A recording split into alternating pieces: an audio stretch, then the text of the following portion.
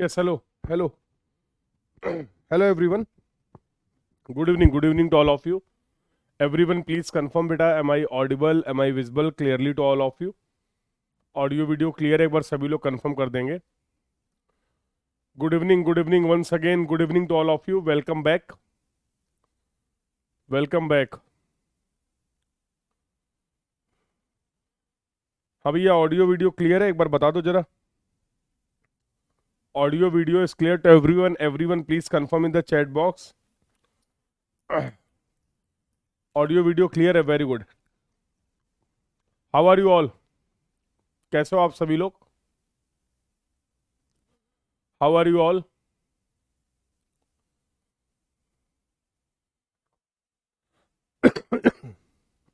How are you all? Very good.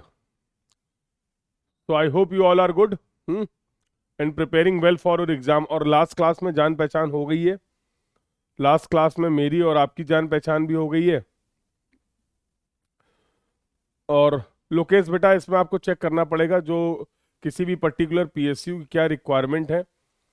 You have to check for that for individual PSU. ठीक है लोकेश? तो what are the medical standards they are asking for, you can check. तो सभी post की notification में medical requirement, medical standards mention होते हैं. हर एक पीएसयू के बेसिस पे आप चेक कर सकते हैं. So in the last class we have discussed about the some introductory part. बिल्कुल जान पहचान करी हम लोगों ने अपने पूरे सिलेबस के साथ, सब्जेक्ट के साथ, कौन कौन से चैप्टर्स हैं और हर चैप्टर में रफली बेसिकली हम लोग क्या क्या डिस्कशन करने वाले हैं. First chapter was introduction. First chapter was introduction. Second chapter is going to be the geometric design of the road. Third chapter जो हमारा होने वाला that will be the traffic engineering. Fourth chapter is going to be the traffic highway material. और fifth chapter जो होगा that is design of payment. I hope वहां तक की सभी बातें सभी को क्लियर है. The discussion till the last class is clear to everyone, yes और no? Everyone please confirm in the chat box बेटा, सो दैट फिर हम लोग आगे बातचीत स्टार्ट करें. क्लियर है? चलो थोड़ी सी एक इंपॉर्टेंस की बात कर लेते हैं. और इंपॉर्टेंस के पहले what should be the approach to attend the lecture, जो आप लोग पूछना चाह रहे थे उसको मैं एक बार डिस्कस कर लेता हूं, क्योंकि स्टार्टिंग में ही डिस्कस करना ये जरूरी है. स्टार्टिंग में ही डिस्कस करना जरूरी है. तो मेरे बारे में जान पहचान आपकी हो चुकी है. For those who are new, I am Kshitij Sachan. Best GATE rank की अगर बात करें तो दैट इज AIR 30. सब्जेक्ट जो मैं डिस्कस करूंगा ट्रांसपोर्टेशन इंजीनियरिंग और सर्वेइंग की हम लोग बातचीत करेंगे इस प्लेटफॉर्म पे. So let's move further. देखिए, तो सबसे इंपॉर्टेंट बात है what should be the approach. What should be the approach to attend the class. अगर आप सब्जेक्ट को फर्स्ट टाइम पढ़ रहे हैं, सर फर्स्ट टाइम पढ़ रहे हैं इसका मतलब क्या? मैंने तो कॉलेज में एक बार पढ़ा था, जब मैं कॉलेज थर्ड ईयर में था तब मैंने सब्जेक्ट को पढ़ रखा है. First time in the sense from your exam point of view. More precisely अगर आप competitive exam point of view से बात करें, like get, ESE, state, AE और JEE एग्जाम, और this is not for only this subject. हम लोग बातचीत कर रहे हैं इन जनरल किसी भी सब्जेक्ट को पढ़ने की क्या अप्रोच होनी चाहिए. तो this is the approach according to me. So देखो जरा ध्यान से. तो अगर आप एग्जाम ओरिएंटेड होकर फर्स्ट टाइम किसी सब्जेक्ट को पढ़ रहे हैं, पूरी और पूरी रिकमेंडेशन है कि आप क्लास को लाइव क्लास अटेंड करिए. Always try to attend the live class. Sir live class attend करने से होता क्या है ना सर, फॉर एग्जांपल 2 घंटे की क्लास है, अब पूरे 2 घंटे तो इफेक्टिव नहीं होते हैं. सर मान लीजिए 10 से 15 मिनट का ऐसा डिस्कशन था जो एकेडमिक नहीं था, तो हम लोग क्या करते हैं सर, रिकॉर्डेड में देख लेते हैं और अपने 15 मिनट सेव कर लेते हैं. बहुत अच्छी बात है, 15 मिनट तो आपने सेव कर लिए, बट हर चीज का एक प्रोसेस है, लर्निंग प्रोसेस है, इसको भी समझिए. ये जो जब आप लाइव क्लासेस अटेंड करते हैं तो you will feel more connected. अभी आपको क्लास करते समय, अभी आपको टॉपिक करते अटेंड करते समय ऐसा फील हो रहा है कि यस ये बातें डायरेक्टली मेरे से हो रही हैं. यस और नो? तो प्रोसेस का भी बड़ा इंपॉर्टेंट रोल है, खासकर किसी भी चीज की लर्निंग में. सर ये प्रोसेस का रोल क्या है, एक बार मुझे ये समझा दीजिए, और कोई ऐसा एग्जाम्पल दे के समझाइए जिसको मैं आसानी से समझ भी पाऊं, जिसको मैं आसानी से समझ भी पाऊं। तो मैं तुम्हें अपना ही एक एग्जाम्पल देता हूं, मैं तुम्हें अपना ही एक एग्जाम्पल देता हूं। अभी मुझे हो गया कफ एंड कोल्ड, तो लास्ट एक वीक से दिक्कत चल रही है कफ एंड कोल्ड की। अभी स्ट्रेप्सिल्स भी खाता रहता हूँ इसीलिए मैं क्लास में, ताकि थोड़ा गले में आराम रहे और क्लासें आराम से हो पाए। मैं डॉक्टर के पास गया, मैंने डॉक्टर को बोला कि मुझे ना कफ एंड कोल्ड की प्रॉब्लम हो गई है। उन्होंने कुछ बेसिक पूछा, नाम क्या है तुम्हारा, एज क्या है, ये वो सब पूछा, जानकारी क्या क्या दिक्कतें, सब दिक्कतें नोट करी। और उनके बाद उन्होंने इस तरीके से एक दवा लिख के दी, उन्होंने अपना प्रिस्क्रिप्शन दिया।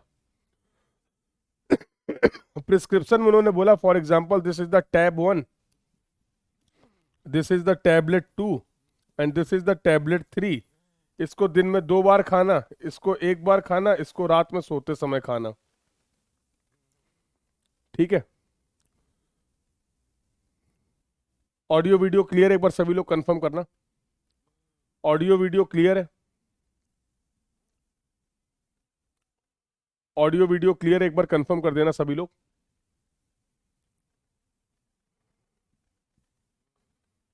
क्लास नहीं चल रही है?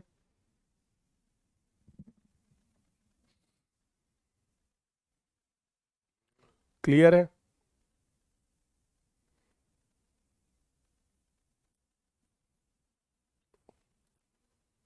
अच्छा, मैं बता रहा था मैं बता रहा था मैं बता रहा था कि प्रोसेस की क्या इंपॉर्टेंस है। ठीक है, मैं रिपीट कर देता हूं। मैं आपको बता रहा था कि किसी भी चीज में सीखने में या किसी भी काम में प्रोसेस की क्या इंपॉर्टेंस होती है, उसको समझाने की कोशिश कर रहा था।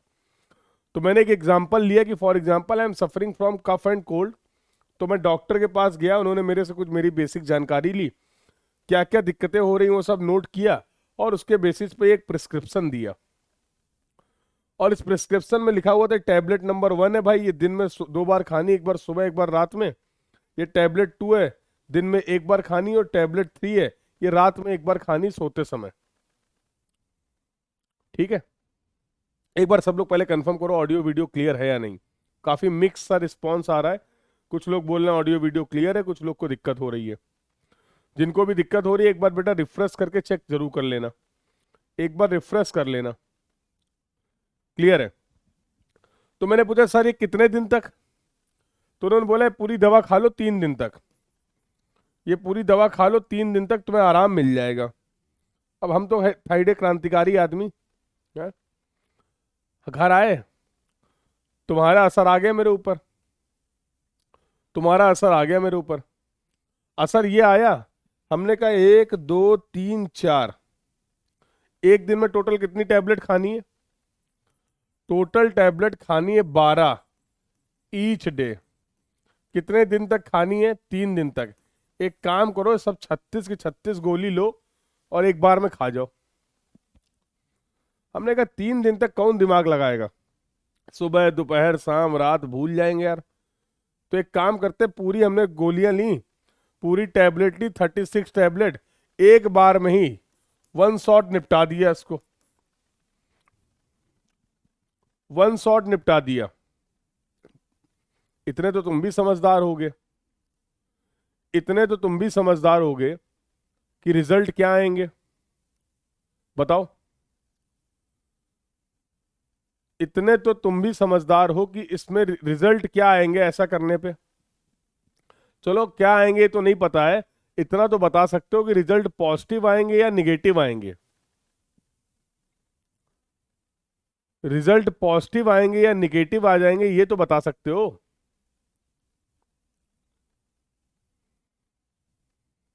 ये तो सभी लोग बता सकते हैं कि सर ऐसा अगर कर देंगे तो निगेटिव रिजल्ट आएंगे। अच्छा, इस पूरी कहानी को जरा ध्यान से देखो, डॉक्टर वही, मैं भी वही, दवा भी वही, खाना भी उतना ही था, लेकिन ऐसा क्या हुआ कि जो चीजें पॉजिटिव रिजल्ट दे सकती थी वो उसका रिजल्ट निगेटिव हो गया। अगर मैं इसी सीक्वेंस को फॉलो करता, इसी तरीकों को फॉलो करता, तो there will be chances of the positive outcome. Yes और no? Yes. So this is the importance of the process, this is the important of the process. I hope the point is clear to everyone. Sir ये बात पढ़ाई से कैसे related है? अरे भैया, जो चीजें, जो कंसेप्ट, जो इंफॉर्मेशन आप अपने दिमाग को पहुंचा रहे हैं, उनको प्रोसेस करने के लिए, उनको रिटेन करने के लिए, इसको भी तो टाइम चाहिए. यस और नो? तो एक बच्चा है जो 2 महीने में एक सब्जेक्ट को कंप्लीट कर रहा है, डेली क्लासेस अटेंड कर रहा है, डेली उन कंसेप्ट को सोच रहा है, उन कंसेप्ट को अप्लाई कर रहा है, प्रीवियस ईयर क्वेश्चन लगा रहा है, प्रिवीजन कर रहा है, प्रैक्टिस कर रहा है, और ऐसा करते करते 1 से 1.5 महीने में एक सब्जेक्ट को खत्म कर रहा है. और एक बच्चा है जो 5 दिन में इस पूरी लेक्चर सीरीज को देख लेता है. एक बच्चा है जो 5 दिन में पूरी इस लेक्चर सीरीज को रिकॉर्डेड फॉर्म में देख लेता है. तुम्हें लगता है कि दोनों के आउटकम सेम होंगे? तुम्हें लगता है कि दोनों के रिजल्ट सेम होंगे? यस और नो? इंट्रैक्शन. आज पूरे दिन में अगर आप 50 लोगों से, 50 लोग आपके आसपास से होके गुजरे होंगे, निकले होंगे, तो सबके बारे में आपको नहीं याद है. लेकिन अगर किसी ने किसी रोक कर आपसे कहीं किसी जगह का रास्ता पूछा होगा, तो उसके बारे में आपको थोड़ी बहुत जानकारी जरूर होगी, क्योंकि उसका आपके साथ हुआ था इंटरेक्शन. नहीं तो ऐसे तो कितने लोग आते रहते, कितने लोग जाते रहते हैं, कितने थॉट्स आते रहते, कितने थॉट्स जाते रहते हैं. until and unless we are not going to interact, we are not going to provide the sufficient time to mind, to the process, to the thought, कैसे रिजल्ट आएंगे? तो जब कभी भी पहली बार आप सब्जेक्ट को पढ़ रहे हैं, इसका मतलब क्या सर रिकॉर्डेड लेक्चर किसी काम के नहीं है? बिल्कुल नहीं है काम के. ऐसा बिल्कुल नहीं कि रिकॉर्डेड लेक्चर किसी काम के नहीं है. तरीका समझिए आप. तो जब पहली बार आप सब्जेक्ट को पढ़ रहे हैं, always go with the slow speed. सोचने का और समझने का टाइम दो अपने दिमाग को, ताकि अच्छे से उनको रिटेन कर पाओ, आप समझ पाओ. Understanding should be strong.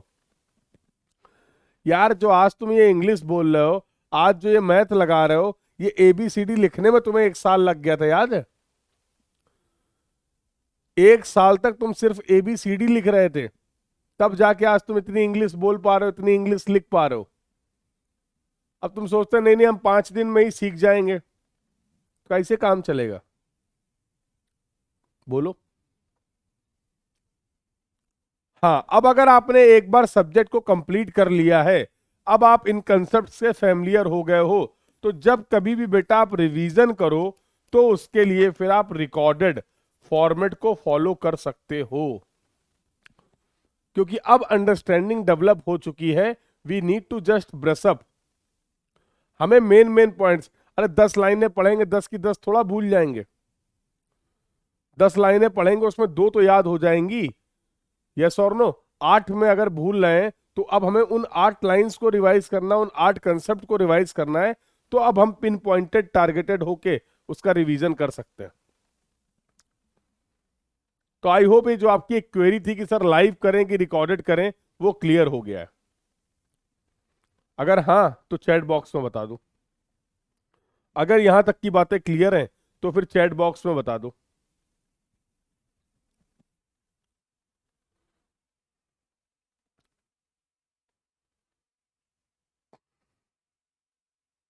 बहुत बढ़िया.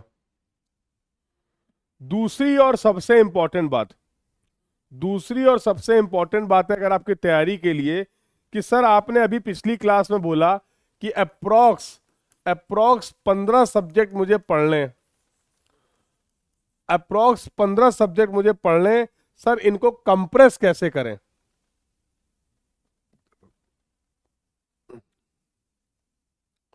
तो सर इसको अब कंप्रेस कैसे करें, इनको शॉर्ट कैसे करें? इनको शॉर्ट कैसे करें, इसके लिए भी मेरे पास एक अप्रोच कहो तो बता दूं. थोड़ी सी कठिन अप्रोच है, बिल्कुल भी आसान अप्रोच नहीं है.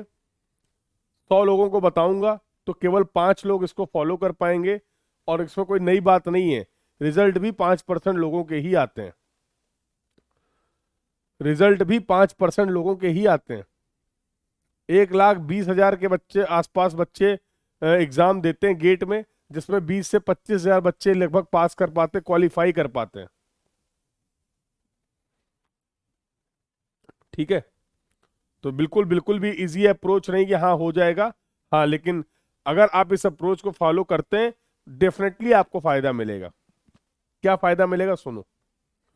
और आपके लिए तो और इजी है, आपके लिए वीकेंड बैच में तो ये अप्रोच थोड़ी सी इजी हो जाती है। कैसे, देखो, for example this is the second class, third class, fourth class, fifth class, six class, seventh class and so on. ऐसे हमारी क्लासें होने वाली हैं, ऐसी हमारी क्लासें होने वाली हर सब्जेक्ट के लिए। What should be the approach जिस समय आप सब्जेक्ट को पहली बार कंप्लीट कर रहे हैं? जब कभी भी आप नेक्स्ट क्लास अटेंड करिए उसके पहले उस क्लास तक का रिवीजन करके जाइए। फॉर एग्जाम्पल, मैं एक्सप्लेन करता हूं।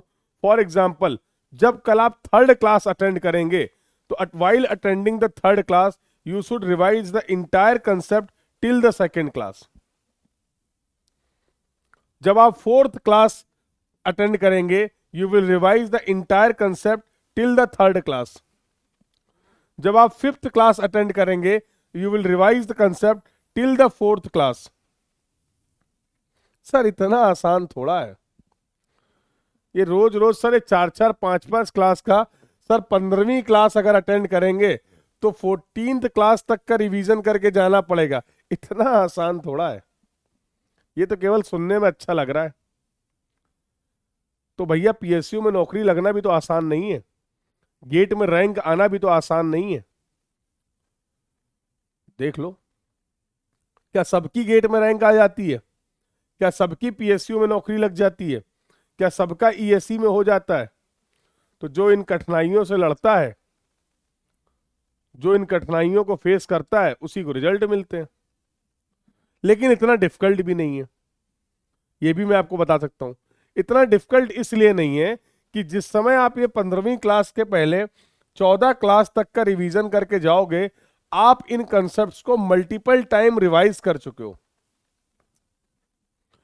आप इन कंसेप्ट्स को मल्टीपल टाइम रिवाइज कर चुके हो, तो जाहिर सी बात है अब टाइम की रिक्वायरमेंट धीमे धीमे कम होती चली जाएगी। अरे 1-2 घंटे की क्लास को रिवाइज करने में क्लास के बाद कितना देर लगेगा? Hardly 10 minute. करके देख लेना, हार्डली 10 मिनट। आज 10 मिनट दिया, कल फिर रिवाइज करेंगे तो कल 10 मिनट थोड़ा लगेगा। अरे कल जो शाम को चीज पढ़ी है उसको सिवाय सुबह रिवाइज करने में कम टाइम लगेगा ना।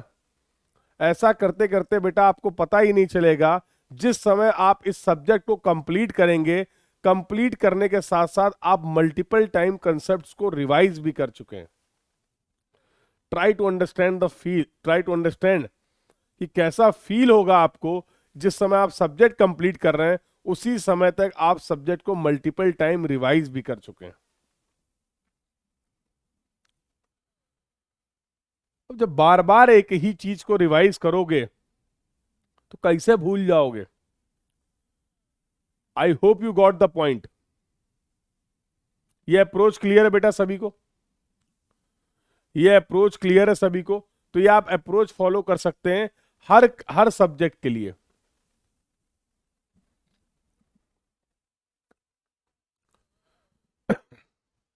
गेट क्लियर करने से कुछ नहीं होगा, केवल रैंक लानी पड़ेगी बेटा।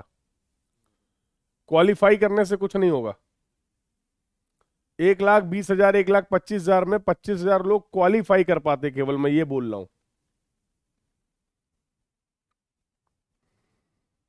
और do not miss any class. Consistency is the की। तुम्हें कम समझ में आ रहा है, इससे कोई दिक्कत नहीं है, मैं तुम्हें बता रहा हूं। तुम बहुत ज्यादा शार्प माइंडेड नहीं हो, तुम्हें ऐसा लग रहा है, इससे कोई दिक्कत नहीं है इन एग्जाम्स के लिए।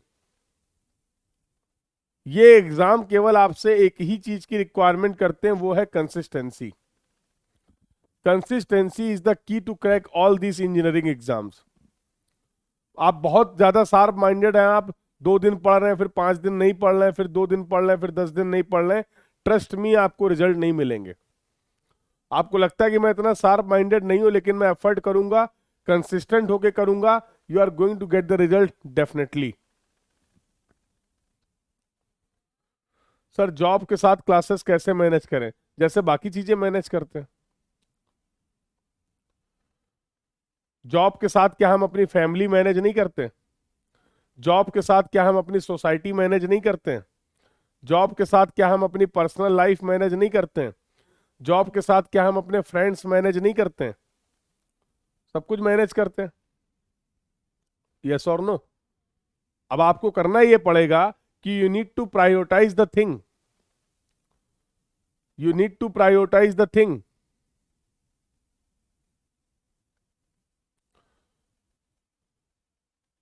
अब just for your exam, just for your understanding, just before this class, अभी हम लोगों ने जो लास्ट क्लास अटेंड कंप्लीट करी, जस्ट अभी लास्ट क्लास हम लोगों ने जो कंप्लीट की, उसके बाद मैं सेकेंड लेक्चर आपकी इस क्लास के लिए प्रिपेयर हो रहा था। मेरे एक फ्रेंड का फोन आया, एंड ट्रस्ट मी, उस फ्रेंड से मेरी बात हुई लगभग 8 साल बाद। लगभग 8 साल बाद। बहुत अच्छा फ्रेंड है, बहुत अच्छा दोस्त है। बहुत अच्छा लगा, फोन आया, बहुत अच्छा लगा, बातचीत हुई। उसने बोला चलो आओ मिलते हैं। नहीं, कानपुर की बात है, घर के पास ही। बोला आओ चलो मिलते, काफी टाइम हो गया मिले नहीं है। I have two option. पहला ऑप्शन क्या था?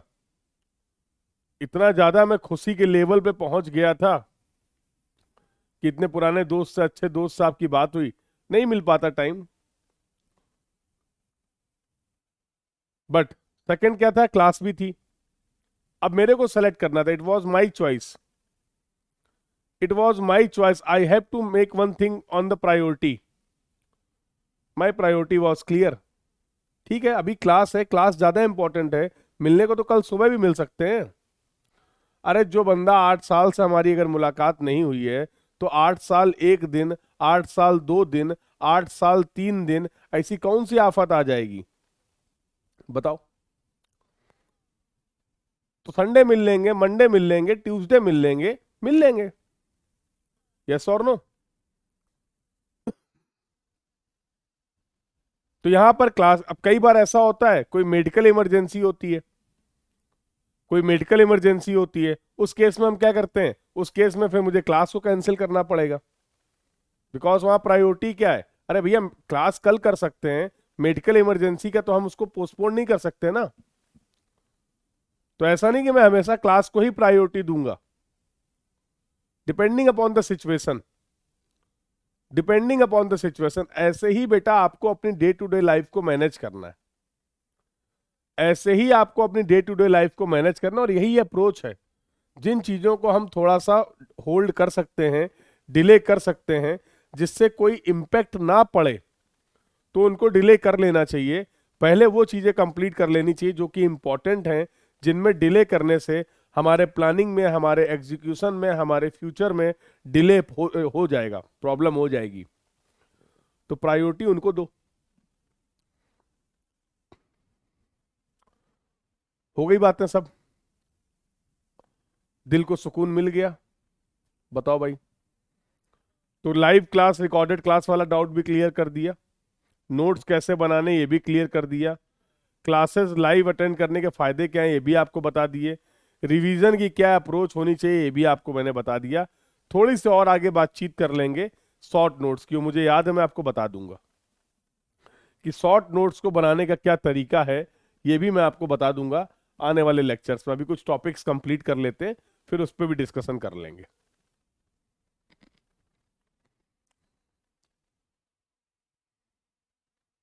बोलो बेटा। Any other query to anyone? अभी भी अगर किसी को कोई डाउट है, कोई क्वेरी है, तो आप पूछ सकते हैं।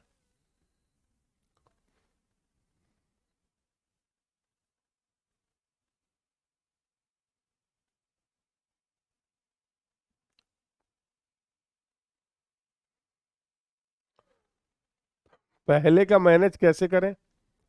जो चीजें छूट गई हैं, तो अभी प्रेजेंट पे फोकस करो पहले। जो चीजें छूट गई हैं, उनको, जो लैग हो गया है, अब उसको लेके मत बैठो। अभी जहां से स्टार्ट कर रहे हो वहां से सही अप्रोच फॉलो करो, और धीमे धीमे एक्स्ट्रा टाइम निकाल के प्रीवियस लेक्चर्स को फॉलो करो। देखना पड़ेगा, टाइम मैनेज करना पड़ेगा। टाइम मैनेज करना पड़ेगा, टाइम निकाल के एनवायरमेंट के लेक्चर्स को कंप्लीट करना पड़ेगा। इसका क्या क्या सॉल्यूशन चाह रहे हो भाई? क्लास मिस हो गई है तो क्लास अटेंड करनी पड़ेगी। तो अगर आपको लगता है कि मैं मैनेज कर सकता हूं टाइम तो कर लीजिए, आपको लगता है कि नहीं पूरा पूरा टाइम शेड्यूल पैक है, अभी टाइम मैनेज करना पॉसिबल नहीं है, तो अभी जो प्रेजेंट टास्क है उस पर फोकस करिए। जब टाइम मैनेज हो पाए, जब आप टाइम निकाल पाए, तब आप उस डिस्कशन पे वापस चले जाइए। ठीक है? तो बहुत ज्यादा चीजें डिफिकल्ट नहीं होती हैं, अननेसेसरी हम लोग डिस्टर्ब हो जाते हैं। बैच भी आज ही स्टार्ट हुआ, बिल्कुल बेटा, बैच भी आपका आज ही स्टार्ट हुआ है। चलिए तो लेट्स स्टार्ट द डिस्कशन। बीच में बाई चांस किसी रीजन से लाइव नहीं जाएंगे तो आगे का लाइव देखें या पुराना निपटा दें। देखो, ये पॉसिबिलिटी सबके साथ है। कई बार ऐसा होता है कि ऐसी सिचुएशन होती है कि आप लाइव क्लास नहीं अटेंड कर पा रहे हैं, तो उस केस में रिकॉर्डेड कर लेंगे, उस केस में रिकॉर्डेड कर लेंगे। अरे कुछ ना करने से अच्छा तो है ना कुछ करना।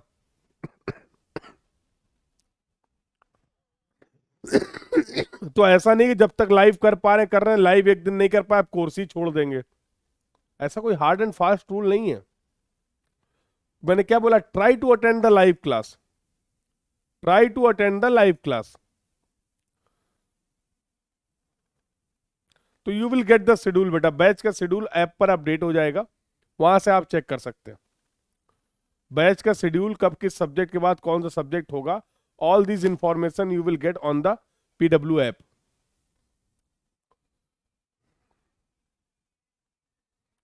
ठीक है, चलिए तो लेट्स स्टार्ट द डिस्कशन। बिल्कुल वही बात है, तो बातचीत स्टार्ट करते हैं। और chapter number 1, what are the topics that we are going to cover in this chapter number 1, that is the introduction to highway engineering. तो डेवलपमेंट ऑफ रोड्स की बात करेंगे। सबसे पहले हिस्टोरिकल डेवलपमेंट की बात करेंगे। हिस्टोरिकल डेवलपमेंट ऑफ रोड्स की बात करने वाले हैं, तो अलग अलग टाइम पीरियड पे जो कंस्ट्रक्शन मेथड्स हुआ करते थे, जिनका डेटा हमारे पास अवेलेबल है, जिनका डेटा हमारे पास हिस्ट्री में रिकॉर्डेड है, उससे हम लोग समझने की कोशिश करेंगे कि किस टाइम पीरियड पे किस तरीके से रोड का कंस्ट्रक्शन किया जाता था, क्या उनके मेन फीचर्स थे, और कैसे over the period of time हम लोगों ने रोड कंस्ट्रक्शन के मेथड्स को इम्प्रूव किया है और डेवलप किया है। तो इसी सिलसिले में अगर हम लोग बात करें तो रोमन रोड्स की हम लोग बात करेंगे, ट्रेसेगेट रोड कंस्ट्रक्शन की हम लोग बात करेंगे, मेटकाल्फ कंस्ट्रक्शन की बात करेंगे, टेलफोर्ड कंस्ट्रक्शन की बात करेंगे, और मैकडम कंस्ट्रक्शन की बात करेंगे। देन उसके बाद हम लोग देखेंगे कि इंडिया में, specially in the context of the India, India में रोड डेवलपमेंट को लेके क्या क्या मेजर चीजें हुई, क्या क्या प्लानिंग्स की गई, उसके बारे में हम लोग बात करेंगे। तो we will discuss about the Nagpur road plan, Bombay road plan, और लखनऊ रोड प्लान्स। इंडिया में आफ्टर पोस्ट इंडिपेंडेंस किस तरीके से प्लानिंग की गई डेवलपमेंट की, इसका डिस्कशन हम लोग यहाँ पर करने वाले। फिर हम लोग टॉपिक कवर करेंगे classification of road, then we will see the different types of the urban roads, और हम लोग बात करेंगे रोड पैटर्न्स की, और हम लोग बात करेंगे रोड पैटर्न्स की। तो these are the topics that we are going to cover in this class. Clear है? तो बहुत ज्यादा इंपॉर्टेंट नहीं है GATE exam point of view से, बट जो आपके स्टेट के एई और जेई के या एसएससी के एग्जाम है, या कभी कधार once in a while GATE में भी यहां से कुछ सवाल पूछे गए, मतलब अगर लास्ट के 20 साल में बात करोगे तो शायद 4-5 सवाल पूछे गए होंगे इस चैप्टर से related. But understanding point of view से इंपॉर्टेंट है, और बहुत क्विकली स्टार्ट करेंगे और बहुत क्विकली इसको हम लोग कंप्लीट कर लेंगे। जितने भी चैप्टर्स हैं आपके हाईवे इंजीनियरिंग में, पूरे 5 चैप्टर में अगर बात करें तो सबसे कम इंपॉर्टेंट और सबसे छोटा चैप्टर जो है आपका, दैट इज द इंट्रोडक्शन। ठीक है? तो इसमें उतना ही पढ़ेंगे जितना हमारे एग्जाम पॉइंट ऑफ व्यू से रिलीवेंट है। All the key points we are going to discuss one by one. Clear है बेटा यहां तक की बात? अरे एकदम से बिल्कुल शांति मत किया करो, मुझे लगता है चैट बिल्कुल अगर जब रुक जाती तो लगता है कि कनेक्टिविटी तो नहीं खत्म हो गई।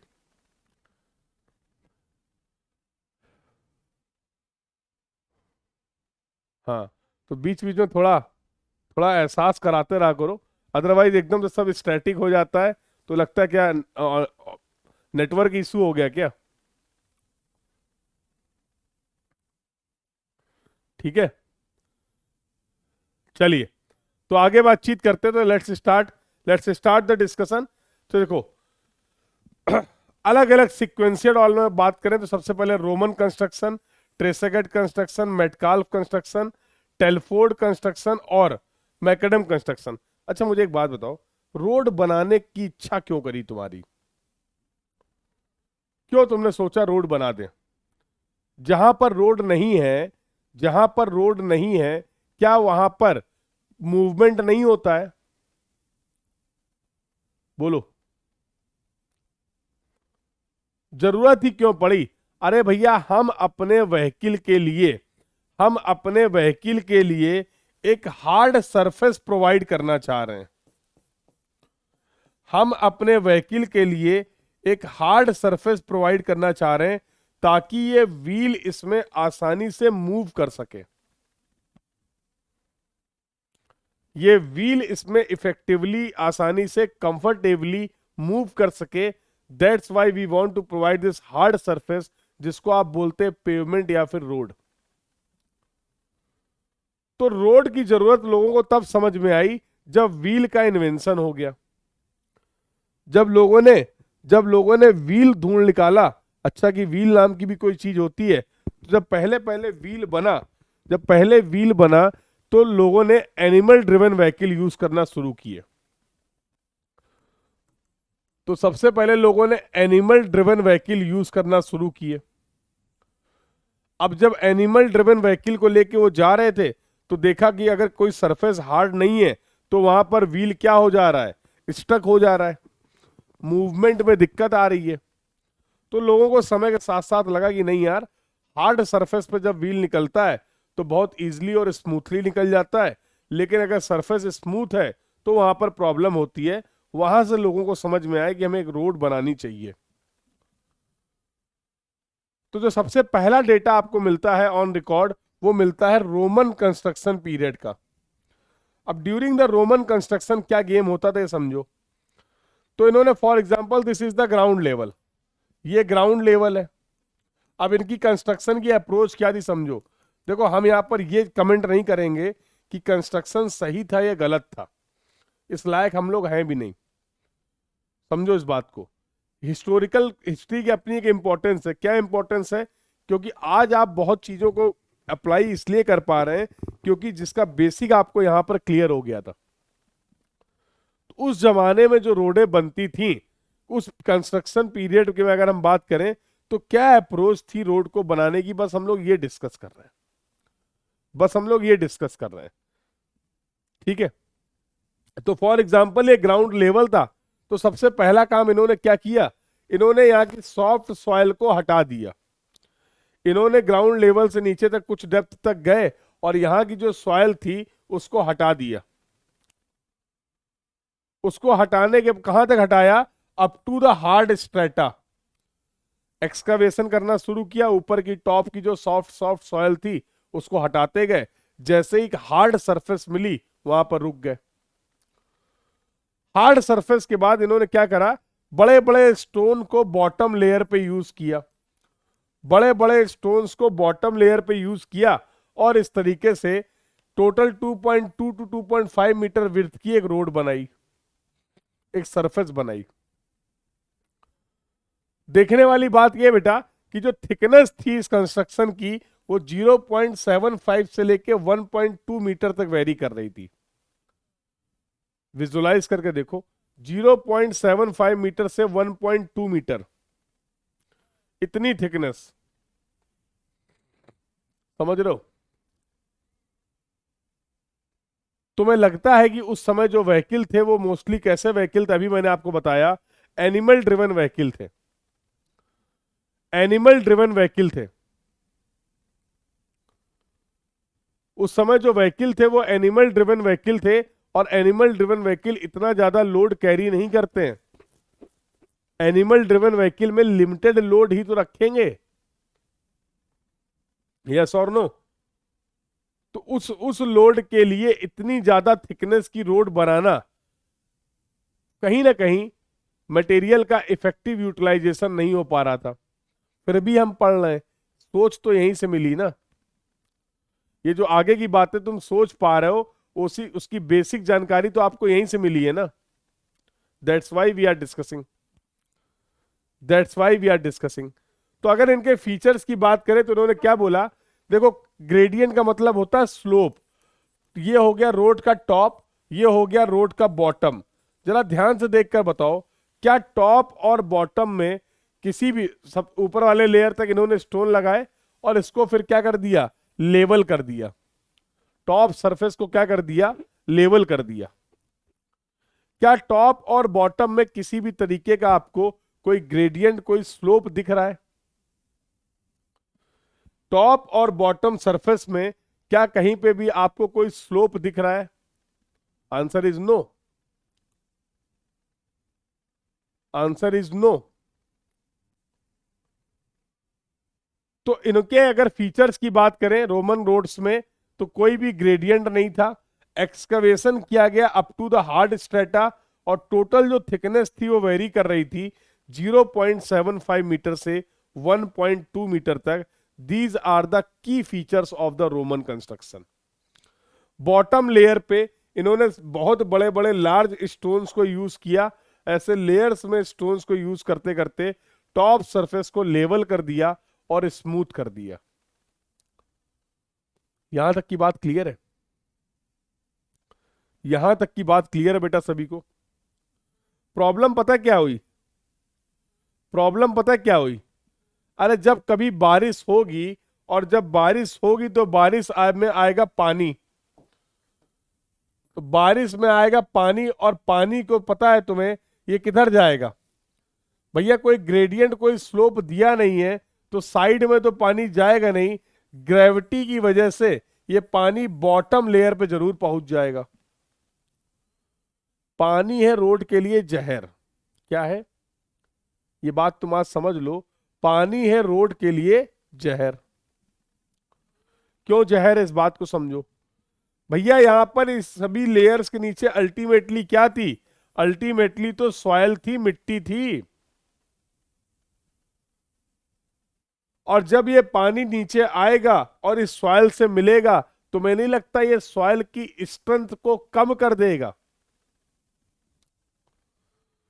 जब ये पानी नीचे वाले लेयर तक पहुंच के सॉइल तक पहुंच जाएगा, सॉइल से मिक्स हो जाएगा, सॉइल की स्ट्रेंथ को ये अफेक्ट कर देगा। मानते हो कि नहीं मानते हो?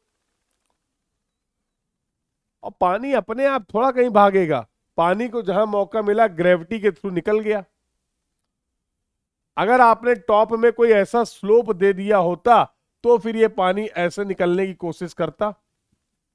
ये क्रॉस सेक्शन आप देख रहे हैं, ये एक रोड का क्रॉस सेक्शन देख रहे हैं। तो लोगों ने देखा कि यार इतनी हैवी रोड बनाई, उसके बाद भी जब ये सॉइल ही वीक पड़ जाएगी, तो मैं नहीं लगता है ये वाले स्टोन्स धंस जाएंगे। अल्टीमेटली टॉप सरफेस जो होगी वो डैमेज हो जाएगी। सारा मामला रुका तो सॉइल के ऊपर ही है, सारा मामला रुका तो सॉइल के ऊपर ही है। यस और नो? तो अगर ये यहां की सॉइल फेल करेगी, तो करस्पॉन्डिंग बाकी लेयर्स भी तो फेल करेंगी, जिसके हालात आपको देखने को मिलेंगे एकदम टॉप में। ये टॉप लेयर तुमने ये इतनी मेहनत करी क्यों थी? ताकि व्हीकल स्मूथ और कंफर्टेबल मूव कर पाए। अब रोड के हालात ऐसे हो गए, अब रोड के हालात ऐसे हो गए हैं, क्या व्हीकल स्मूथ और कंफर्टेबल मूव कर पाएगा? अब क्या व्हीकल स्मूथ और कंफर्टेबल कंडीशन को मेंटेन करते हुए मूव कर पाएगा? Answer is going to be no, answer is going to be no. तो लोगों ने देखा कि यार इतनी अच्छी रोड बनाई है, एक बार बारिश हुई खेल खराब हो गया। एक बार रोड पे पानी पहुंचा, खेल खराब हो गया।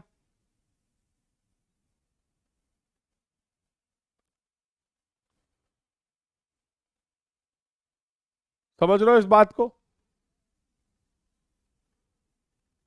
अरे कितना पानी डाल रहे हैं, किस लेवल तक डाल रहे हैं, दुनिया भर की लिमिट्स के बारे में आप पढ़ोगे, सॉइल में डिटेल में पढ़ोगे, तो ऐसा नहीं कि थोड़ा सा पानी जाके ही सॉइल की प्रॉपर्टीज को खत्म कर देगा। मैं यहां पर एक्सट्रीम कंडीशन की बात कर रहा हूं।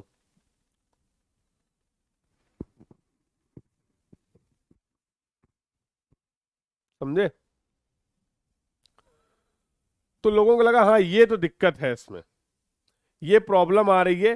तो जो देखो होता क्या है, जैसे अभी कुछ चीजें हैं, आज से 10 साल बाद चीजें बदल जाएंगी, लेकिन जो आज की बेस्ट चीजें हैं वो तो 10 साल बाद भी होंगी ना। जो आज किसी सिस्टम में ड्रॉबैक्स हैं, हम over the period of time उन्हीं को तो एलिमिनेट करेंगे। यस और नो? तो जो जो प्रॉब्लम्स हम फेस कर रहे हैं उनको इम्प्रूव करते चले जाएंगे, जो ऑलरेडी बेस्ट चीजें हैं उनको हम मेंटेन रखेंगे। ऐसा ही बाकी लोगों ने किया, ऐसा ही बाकी लोगों ने किया। तो अगला कंस्ट्रक्शन जो हम लोग डिस्कस करने जा रहे हैं, that was the Tresaguet construction. तो दो बातें निकल के आ रही थी, इन्होंने भी excavation up to the soil strata, hard strata किया, अर्थ लेवल से नीचे तक गए, सॉइल को हटा दिया, लार्ज स्टेन फाउंडेशन स्टेन्स को यूज कर लिया, सब कुछ ठीक है। दो प्रॉब्लम थी। एक तो आपने बोला सर थिकनेस बहुत ज्यादा थी, तो इन्होंने थिकनेस को देखो कम कर दिया, इन्होंने थिकनेस को कम कर दिया, इन्होंने थिकनेस को क्या कर दिया, कम कर दिया। और सबसे इंपॉर्टेंट बात क्या, इन्होंने टॉप सरफेस में एक स्लोप प्रोवाइड किया, टॉप में एक स्लोप प्रोवाइड किया, जो कि स्लोप था 1/45 का।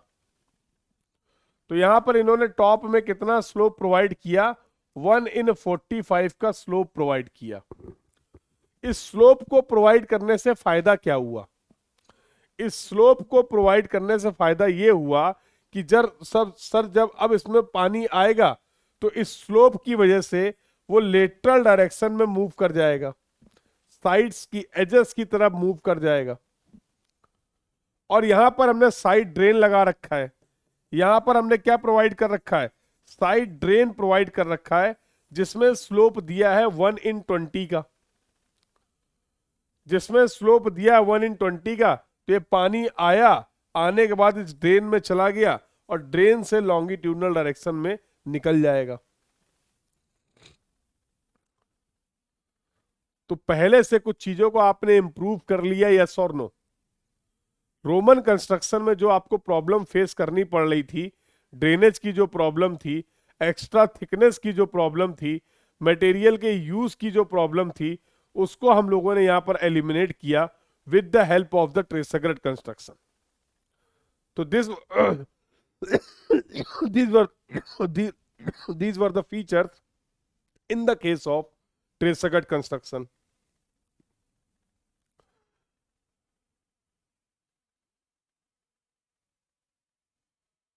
भैया क्रॉस सेक्शन है, बोल तो रहा हूं, ये क्रॉस सेक्शन है। ये एक ऐसे पूरी पूरी रोड जा रही है और तुमने इस रोड को ऐसे कट कर दिया, वो दिख रहा है तुम्हें,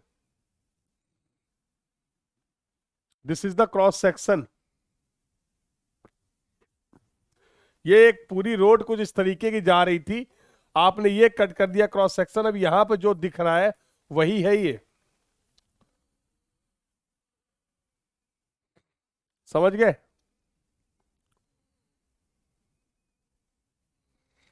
जैसे अगर ये बोतल आपको दिख रही है, इसका अगर मैं क्रॉस सेक्शन लूं, इसका अगर मैं क्रॉस सेक्शन लूं तो यहां से कट कर दूंगा तो केवल एक सर्कल ही तो दिखेगा, समझ गए?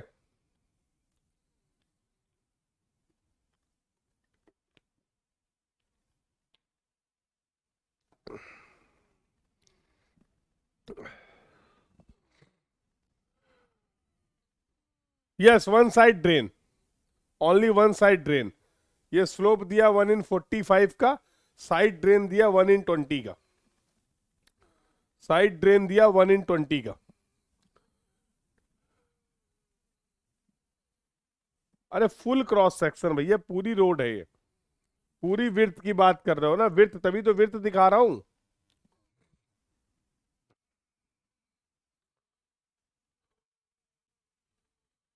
रिसर्च अगर कंप्लीट हो गई हो तो आगे चले। 1/20 का मतलब क्या होता है? स्लोप समझते हो? Slope gradient. अरे भैया देखो, फॉर एग्जाम्पल ये हॉरिजेंटल डिस्टेंस h है। जब मैं ए पॉइंट से बी पॉइंट तक h डिस्टेंस मूव करता हूं, जब मैं ए पॉइंट से बी पॉइंट तक h डिस्टेंस मूव करता हूं, तो इसके एलिवेशन में राइज कितना हो रहा है? मान लो ये राइज हो रहा है v, मान लो ये राइज हो रहा है v, तो क्या मैं यहां पर स्लोप निकाल सकता हूं? तो थीटा बोल दो, टेन थीटा बोल दो, this is going to be the v by H. तो स्लोप को कैसे डिफाइन कर सकते हैं? स्लोप इज द राइज और फॉल पर यूनिट हॉरिजेंटल मूवमेंट। पहाड़ी इलाके में कभी गए हो तो जैसे जैसे आप आगे बढ़ते हो एलिवेशन भी तो इंक्रीज होता है, that means the ground it's slope, ground में स्लोप है। हाँ भैया मकबूल भाई, हाँ, एक ही साइड पानी आएगा, यहीं पे ड्रेन, साइड ड्रेन आपने प्रोवाइड किया है। बिल्कुल बिल्कुल, excavation is done up to the hard strata, excavation is done up to the hard strata. कुछ नहीं है, ये रोड का स्लोप है और इसके बाद ये साइड ड्रेन प्रोवाइड किया, ये ड्रेन, यहां पे स्लोप दे रखा गया 1/20।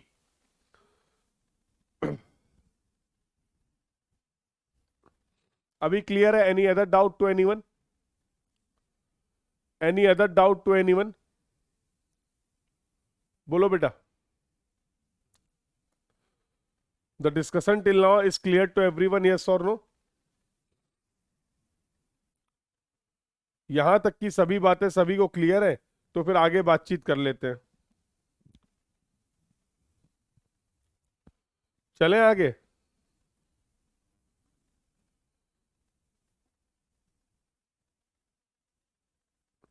चलिए, अगला जो कंस्ट्रक्शन है that is the Telford construction. इन्होंने थिकनेस को और कम किया, इन्होंने थिकनेस को और कम किया। एक एज में 22 सेंटीमीटर प्रोवाइड किया, एक में 17 सेंटीमीटर। अभी भी स्लोप क्या रखा? उतना ही रखा। अभी भी स्लोप कितना रखा है? 1/45 का, 1/45 का स्लोप बताया।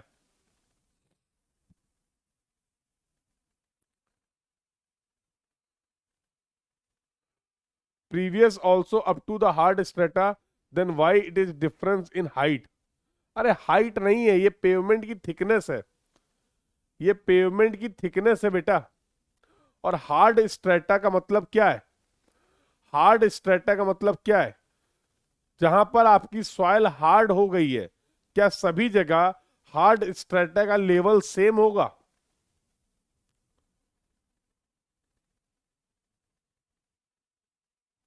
कोई खराबी नहीं है बेटा, कोई खराबी नहीं है। शुरू में ही मैंने बताया, ये अलग अलग टाइम के कंस्ट्रक्शन मेथड्स की आप बात कर रहे हैं। ये अलग अलग over the period of time कैसे हम लोगों ने कंस्ट्रक्शन को इंप्रूव किया है, उसकी पूरी जर्नी आपको बताई जा रही है, उसकी पूरी जर्नी आपको बताई जा रही है। तो वो जर्नी हम लोग समझने की कोशिश कर रहे हैं with the help of the bottom में मटेरियल सॉयल है, बॉटम में मटेरियल सॉयल है मेरे लाल, मिट्टी। फिर आपने एग्रीगेट्स यूज किए, ब्रोकन स्टोन यूज किए, एग्रीगेट और ब्रोकन स्टोन्स यूज किए आपने अलग अलग साइज के। क्लियर है?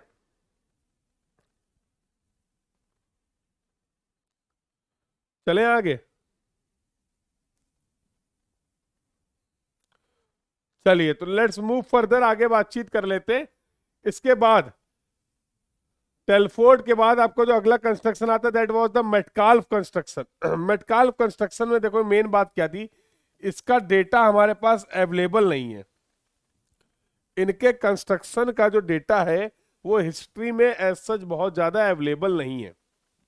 तो हमें मान के चलते हैं कि जो कंस्ट्रक्शन ट्रेसेगेट में चल रहा था ऐसा ही कुछ कंस्ट्रक्शन मेटकाल्फ टाइम में भी हुआ होगा। तो we have insufficient data regarding the Metcalf construction. Telford की हम लोगों ने बात कर ली, थिकनेस को इन्होंने और रिड्यूस कर दिया। सबसे क्रांतिकारी जो लोग आए ना, वो भाई साहब थे हमारे मैकडम साहब।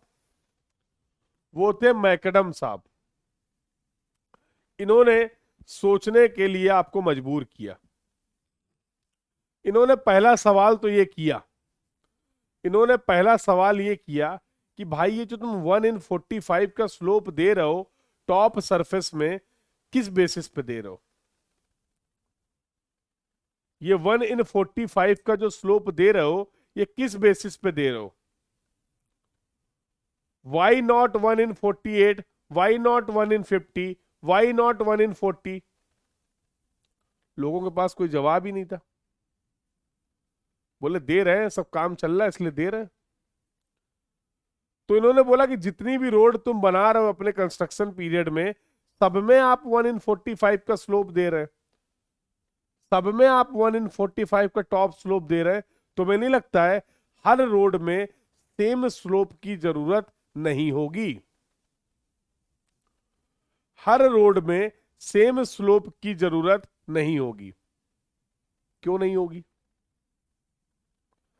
हर रोड पे सेम स्लोप की जरूरत क्यों नहीं होगी? तो इन्होंने बोला भैया स्लोप जो होगा वो डिपेंड करेगा ग्राउंड कैसा है। अगर ऑलरेडी आपके ग्राउंड में ही स्लोप है तो फिर रोड में हम स्लोप को कम कर सकते हैं ना।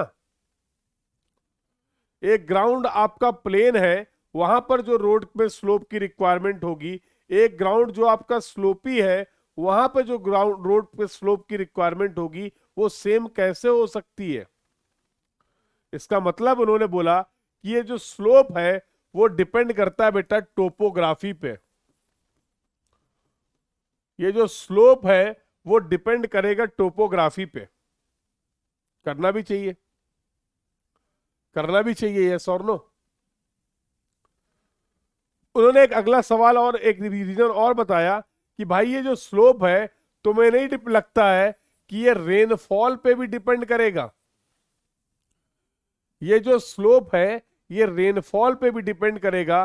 कहीं पे ज्यादा बारिश है तो ज्यादा स्लोप दो, कहीं पे कम बारिश है तो कम स्लोप दो। ऐसा थोड़ा है कि कैसी भी बारिश चल रही है स्लोप तुमने बराबर दे रखा है। बात तो यार सही बोल गए ये, बात तो इन्होंने सही बोली। तो रोड के कंस्ट्रक्शन में जो साइंटिफिक अप्रोच आई, रोड के कंस्ट्रक्शन मेथड्स की अगर बात करें तो जो साइंटिफिक अप्रोच आई वो इन भाई साहब ने दी, मैकडम साहब ने। इन्होंने एक बात और बोली कि चलो ठीक है तुम ऊपर तो स्लोप दे रहे हो सब लोग, अब ऐसा थोड़ा है कि जो पानी आया है, ऐसा थोड़ा होगा कि ये जो पानी आया है पूरा का पूरा पानी तुम्हारा स्लोप को फॉलो करके किनारे ही चला जाएगा। अरे पानी तो पानी है ना भाई, ठीक है स्लोप की वजह से मूव करेगा, कुछ पानी तो नीचे भी जाएगा। ये पानी जो साइड से निकल गया वो तो बहुत अच्छी बात है, लेकिन ये जो नीचे पहुंच गया है अब इसका क्या करें? ये जो नीचे पहुंच गया है अब इसका क्या करें? तो इन्होंने एक तरीका बताया कि टॉप और बॉटम दोनों में स्लोप दो। रोड के टॉप और बॉटम दोनों में स्लोप दो। ये रैंडम नंबर नहीं है 1/36, ये इन्होंने साइंटिफिकली कैलकुलेट किया किसी पर्टिकुलर जगह के लिए, और टॉप और बॉटम में 1/36 का स्लोप दिया, इन सभी फैक्टर्स को ध्यान देते हुए। इनका कहने का तरीका क्या था कि जो पानी बाय डिफॉल्ट अगर इस पेमेंट को पार करके नीचे भी आ गया है ना, तो एक बेड स्लोप भी दो ताकि ये पानी के पास ऑप्शन रहे, ताकि अरे भाई ताकि ये पानी के पास ऑप्शन रहे कि अभी भी वो यहां से निकल जाए। बहुत क्रांतिकारी, बहुत क्रांतिकारी सोच थी इनकी। इतनी अच्छी अच्छी बातें इन्होंने बताई तो हमने बोला बिल्कुल इतिहास आपका नाम याद रखेगा, भविष्य आपका नाम याद रखेगा, और आपके नाम पे हम एक रोड का, अरे वही मतलब है बेटा जो 1/45 का था, स्लोप की बात कर रहे हैं। रवि अभी तो बताया था स्लोप क्या होता है। स्लोप स्लोप जैसे 1/45 जो आप रैंडम स्लोप दे रहे थे for a particular location, for a particular topography, for a particular rainfall, McAdam has suggested the slope of 1/36 by considering all these factors.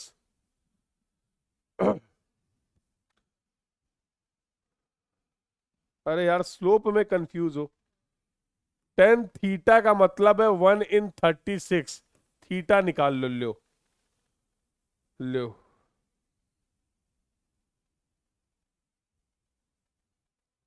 1.59 degree, तो ये जो एंगल है वो 1.59 डिग्री है। अब समझ गए? अब समझ गए? बोलो, अब समझ गए? थीटा के टर्म पे तो समझी जाओगे स्लोप, तो theta is equal to 1.59 degree बोल दो, या फिर आप बोल दो 1/36। बात तो एक ही होगी, बात तो एक ही होगी, यस और नो?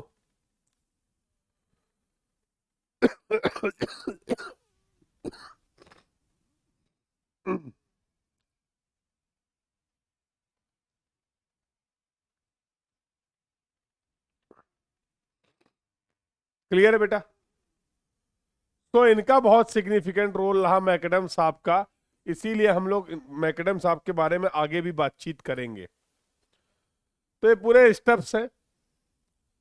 अब मेन हम मुद्दे पे आते हैं। ये कंपैरिजन है, इसको आप रिफर कर सकते हैं कि मैकडम और टेलफोर्ड में क्या डिफरेंस था। As such not important. Main आते हैं, अब इंडिया की बात करते हैं। अब थोड़ी सी बातचीत कर लेते हैं इंडियन कंटेक्स्ट में। तो देश लगभग लगभग आजाद होने वाला था, देश लगभग लगभग आजाद होने वाला था। ये बात है 1927 की। सुनो जरा ध्यान से, कहानी सुनो। तो ब्रिटिशर्स ने बोला कि ठीक है, माहौल तो हम समझ रहे हैं कि हमें जाना ही पड़ेगा, लेकिन आप लोग एक प्लान बताइए कि अब इस कंट्री को आप कैसे रन करेंगे, क्या आपका प्लानिंग है। उसके लिए हमें एक रिपोर्ट सबमिट करिए। तो उनमें से एक बात उठी कि भाई रोड का डेवलपमेंट कैसे होगा इस देश में, उसके लिए हमारी क्या प्लानिंग है। तो इसकी सिचुएशन को एनालाइज करने का काम दिया गया एक कमेटी को, जिसके अध्यक्ष साहब जो थे वो थे जयकर साहब, MR जयकर साहब। तो जनरली किसी कमेटी को उसके अध्यक्ष जो चेयरपर्सन होते हैं उसके नाम से जाना जाता है। तो जयकर साहब और उनकी पूरी कमेटी को एक काम दिया गया कि आप पूरे देश के हालात को जरा समझिए और बताइए कैसे हम बेहतर से बेहतर रोड को डेवलप कर सकते हैं। तो उसके लिए क्या क्या चीजें हमें करनी चाहिए। ये बात इन्हें बोली गई 1927 में। ये बात इन्हें बोली गई 1927 में। तो जयकर कमेटी ने पूरी शिद्दत से काम किया और सारी सिचुएशन को एनालाइज किया, और 1928 में अपनी एक रिपोर्ट सबमिट की। 1928 में अपनी एक रिपोर्ट सबमिट की। तो उस रिपोर्ट में क्या इंपॉर्टेंट बातें इन्होंने बोली, जयकर कमेटी ने क्या क्या रिकमेंड किया, उसके बारे में हम लोग बातचीत करेंगे। उसके बारे में अब हम लोग बातचीत करेंगे। तो जयकर साहब ने बोला देखो, पहली बात तो रोड डेवलपमेंट का जो मुद्दा होगा ना, ये राष्ट्र हित का मुद्दा है, इसमें कोई 3-5 चलेगा नहीं। राष्ट्र हित, सबसे बड़ा हित क्या है? अरे सबसे बड़ा हित क्या है? राष्ट्र हित है। तो road development should be consider as the matter of national interest. तो इसमें किसी भी तरीके की रोक रुकाव बर्दाश्त नहीं की जाएगी, इसमें किसी भी तरीके की रुकावट, इसमें किसी भी तरीके की बाधा बर्दाश्त नहीं की जाएगी। It is a matter of national interest. पहले इस लेवल का फील्ड डेवलप करो। तो जयकर साहब ने कहा कि सबसे पहले रोड डेवलपमेंट को कंसीडर करिए as a matter of national interest, तब जाके कहीं रोड डेवलपमेंट हो पाएगा। अब ऐसा नहीं तुम रोड बनाने गए, 4 लोग खड़े होकर नहीं बनाने देंगे, तुम वापस आ गए, ऐसा नहीं होता। समझ रहे हो? तो किसी भी तरीके का कोई भी ऑब्स्ट्रक्शन बर्दाश्त नहीं किया जाएगा, बिकॉज ये राष्ट्रहित की बात है। और राष्ट्रहित क्या है? सर्वोपरि। राष्ट्रहित क्या है? सर्वोपरि। तो पहला रिकमेंडेशन तो इन्होंने ये दिया, लोगों का चलो बात तो सही है। दूसरा इन्होंने रिकमेंडेशन दिया कि भैया रोड को बनाने के लिए और रोड का मेंटेनेंस करने के लिए, अब ऐसा थोड़ा कि 15 साल के लिए एक रोड बना दी, एक बार बना दी वो भूल गए। अरे उसमें फ्रिक्वेंट मेंटेनेंस भी तो रिक्वायर्ड होगा, उसमें फ्रिक्वेंट मेंटेनेंस भी तो रिक्वायर्ड होगा, यस और नो? तो उस मेंटेनेंस के लिए, उस कंस्ट्रक्शन के लिए पैसा कहां से आएगा? उस मेंटेनेंस के लिए, उस कंस्ट्रक्शन के लिए पैसा कहां से आएगा? तो इन्होंने बोला कि जो लोग रोड को यूज कर रहे हैं, मतलब पेट्रोल फ्यूल जो लोग भरा रहे हैं, उन फ्यूल पे एक एक्स्ट्रा टैक्स लगा दो।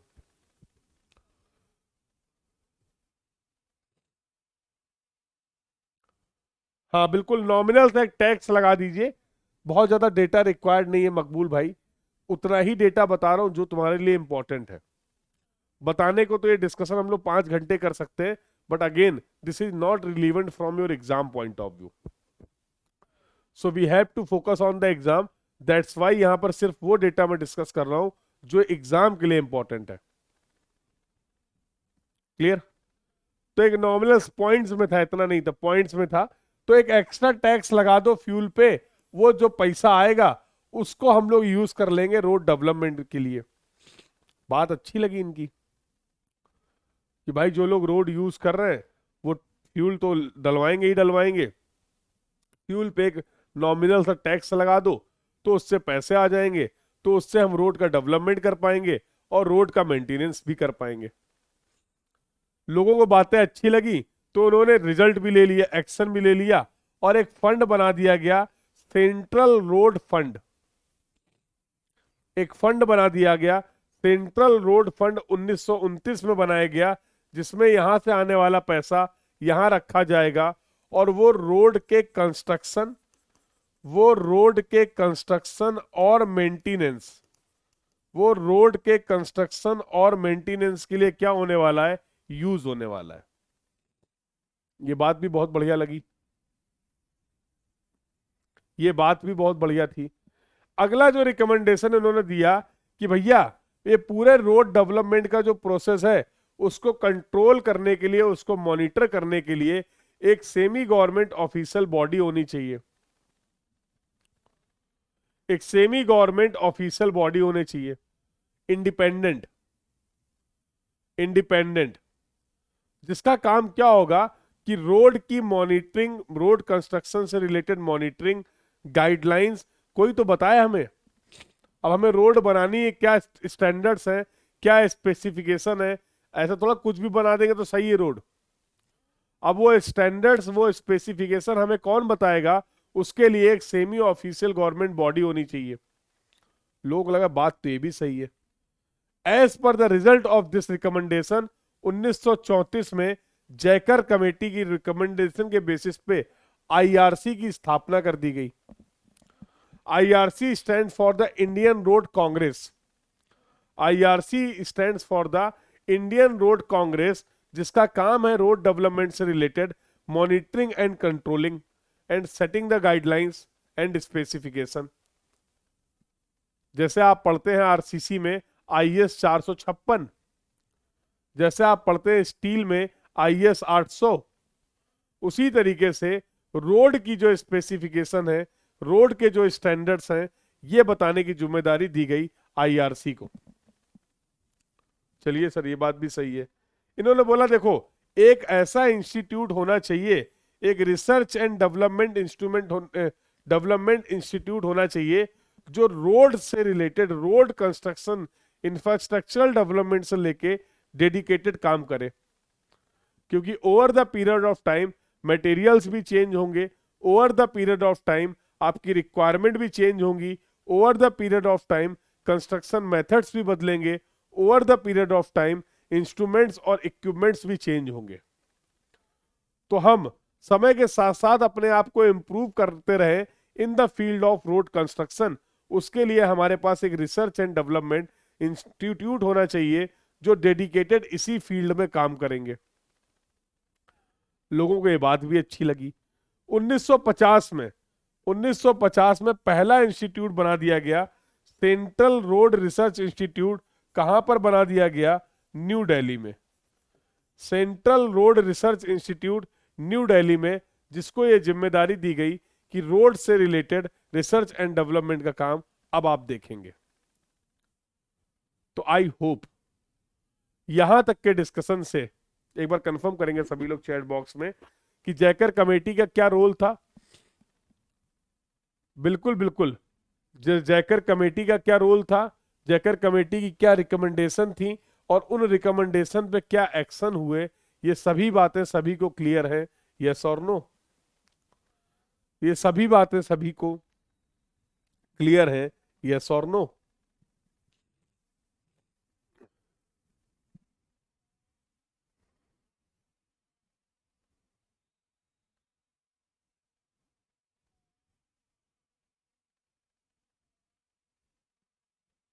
I hope the entire discussion is clear to everyone till now.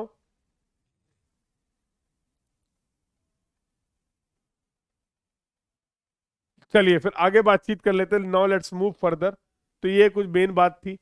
इसके बाद कुछ और भी डेटा है। देखो यहाँ से कुछ डेटा बेस सवाल भी आते हैं। तो जब आप डीपीपी प्रैक्टिस करोगे तो हो सकता है कुछ ऐसी डेटा आपसे पूछे जाए जो आपने नहीं पढ़े। तो उसका ऑब्जेक्टिव ये नहीं कि आपको परेशान किया जाए, वो और इंफॉर्मेशन आपके साथ शेयर करने के लिए कुछ क्वेश्चंस दिए गए। अब इसमें कोई लॉजिक तो है नहीं। जैसे नेशनल हाईवे एक्ट कब बना, हाईवे रिसर्च बोर्ड कब बना, नेशनल ट्रांसपोर्ट पॉलिसी कमेटी कब बनी। तो just for your information this is the data that you should know. तो कुछ ऐसे क्वेश्चंस आपको देखने को मिलेंगे आपके डीपीपी में भी। तो उनको देखकर परेशान मत होना कि सर इसके बारे में तो बताया ही नहीं गया। कुछ और इंफॉर्मेशन है जिनको उन क्वेश्चंस के थ्रू आप तक पहुंचाया जा रहा है। ठीक है, तो डोंट गेट पैनिक। अरे सर ये तो हो ही नहीं पा रहा, ये डेटा तो आपने बताया ही नहीं था। तो अभी डीपीपी आपको मिलेगी, तो डीपीपी में क्वेश्चंस को प्रैक्टिस करना है। Some extra discussion will be there जो कि मैं वीडियो सॉल्यूशन में आपको प्रोवाइड करूंगा। चलिए भाई, तो ये कुछ बात हुई इंडिया में रोड डेवलपमेंट को लेके। फिर अच्छा और भी बात हुई। तो जैकर कमेटी का काम खत्म हो गया। अब हुआ कि अब बिल्कुल देश आजादी की कगार पे था। तो 1947 को देश आजाद हो गया, माहौल बन चुका था, माहौल एकदम सेट था। तो अब ये हुआ कि भाई एक काम करो, बताओ, अच्छा फाइनली बताओ रोड को डेवलपमेंट करने का क्या प्लान है। तो उस समय तो ऐसा पूरा इंडिया तो फॉर्म हुआ नहीं था। उस समय छोटी छोटी रियासतें थी। जैसे कानपुर के राजा है, तुम अपने शहर के राजा। रियासतें चल रही थी कि नहीं चल रही थी? कुछ ऐसी जगह थी जहां पर ब्रिटिश का पूरा पूरा कंट्रोल था। तो सब लोगों ने डिसाइड किया कि भाई हर रियासत से जो सिविल इंजीनियर साहब हैं, जो चीफ इंजीनियर हैं उस रियासत के, अरे होते थे उस जमाने में भी इंजीनियर, उनको बुलाओ और एक जगह बैठ के बातचीत कर लेते हैं। एक जगह बैठ के बातचीत कर लेते हैं कि कैसे रोड का डेवलपमेंट होगा, क्या क्या करा जाए। तो आने वाले 20 साल की प्लानिंग करी गई और जहां पर ये सभी चीफ इंजीनियर्स अलग अलग रियासतों के बैठकर मिले, बातचीत हुई, उसी जगह के नाम से इन इन प्लान्स को भी जाना जाता है। तो पहली बार ऐसी जो मीटिंग हुई बेटा, वो हुई नागपुर में। तो अब हम बात कर रहे हैं 20 ईयर्स रोड प्लान की। पहला जो प्लान था हमारा, इसी को बोलते हैं फर्स्ट रोड प्लान। इसी को हम लोग बोलते हैं फर्स्ट रोड प्लान। तो नागपुर में सब लोगों ने बैठ के डिसाइड किया कि 1943 से लेके 1963 तक हम क्या करने वाले हैं। 1943 से लेके 1963 तक हम रोड के डेवलपमेंट के लिए क्या प्लानिंग रखते हैं, क्या विजन रखते हैं, उसकी बातचीत करते हैं। तो इन्होंने बोला जो रोड की डेंसिटी है थ्रू आउट द कंट्री, अगर हम बात करें तो 16 किलोमीटर पर 100 किलोमीटर स्क्वायर एरिया, मतलब 100 किलोमीटर स्क्वायर एरिया में कम से कम 16 किलोमीटर की लेंथ हम बना देंगे रोड की, ऐसा विजन रखा गया। ठीक है, 100 किलोमीटर का अगर एरिया है, किलोमीटर स्क्वायर का एरिया है, तो कम से कम लेंथ वाइज 16 किलोमीटर की रोड होनी चाहिए उस जगह में। ठीक है, अगला इन्होंने बोला टोटल जो रोड की लेंथ हम अचीव करेंगे 20 साल में, वो होगी 2 lakh kilometre. 2 lakh kilometre road हम बना डालेंगे, रोड्स हम बना डालेंगे आने वाले 20 साल में, ऐसा डिसाइड किया गया नागपुर रोड प्लान में। स्टार एंड ग्रिड पैटर्न का यूज करेंगे रोड के डेवलपमेंट के लिए। स्टार और ग्रिड पैटर्न का यूज करेंगे। अभी के पैटर्न क्या होते हैं इसके बारे में भी हम लोग बातचीत करेंगे आज ही की क्लास में। और रोड को डेवलप करने के लिए जाहिर सी बात है अलग अलग तरीके की रोड्स अगर हमारे पास क्लियर होगी, प्रायोरिटीज क्लियर होगी, तो हम इजिली मैनेज कर पाएंगे। तो इन्होंने रोड को 5 तरीके से क्लासिफाई कर दिया। इन सब की लेंथ को, कितना लेंथ किसकी एनएच की बनाएंगे, कितना लेंथ एसएच की बनाएंगे, कितना एग्रीकल्चरल पॉपुलेशन है, कितना अर्बन पॉपुलेशन है, various an factors were there जिनके फॉर्मूलाज के बेसिस पे इनकी लेंथ को कैलकुलेट किया गया था। In the class we are not discussing those formula, in the class we are not discussing those formula, but yes they have used certain formula to calculate the length of the different categories of the road.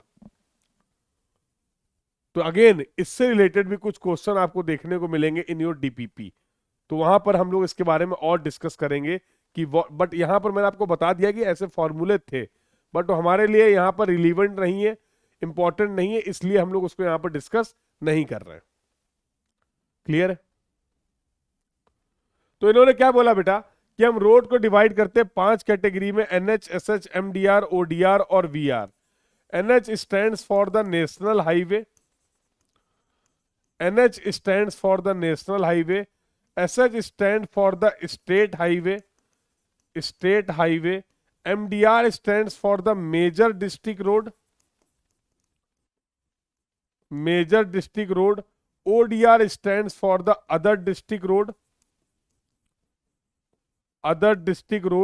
और VR stand for the village road, village road. ये classification किया गया road का। Buffering हो रही है? Audio video clear? एक बार बताना।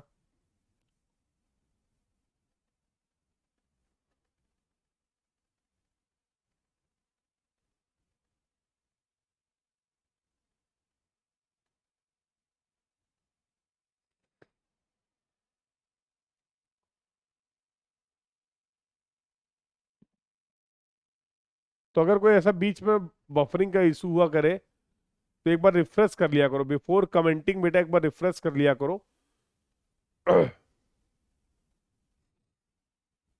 क्लियर है? चलिए चलिए भाई आगे बातचीत करते हैं। सर ये नेशनल हाईवे क्या होते हैं? अरे अलग अलग स्टेट को कनेक्ट करने वाली रोड, ऐसी रोड जो एक से ज्यादा स्टेट्स को कनेक्ट करे, क्या हम उसको नेशनल हाईवे बोल सकते हैं? क्या हम उसको नेशनल हाईवे बोल सकते हैं? यस और नो? ऐसी रोड जो स्टेट के मेजर डिस्ट्रिक्ट को कनेक्ट करे।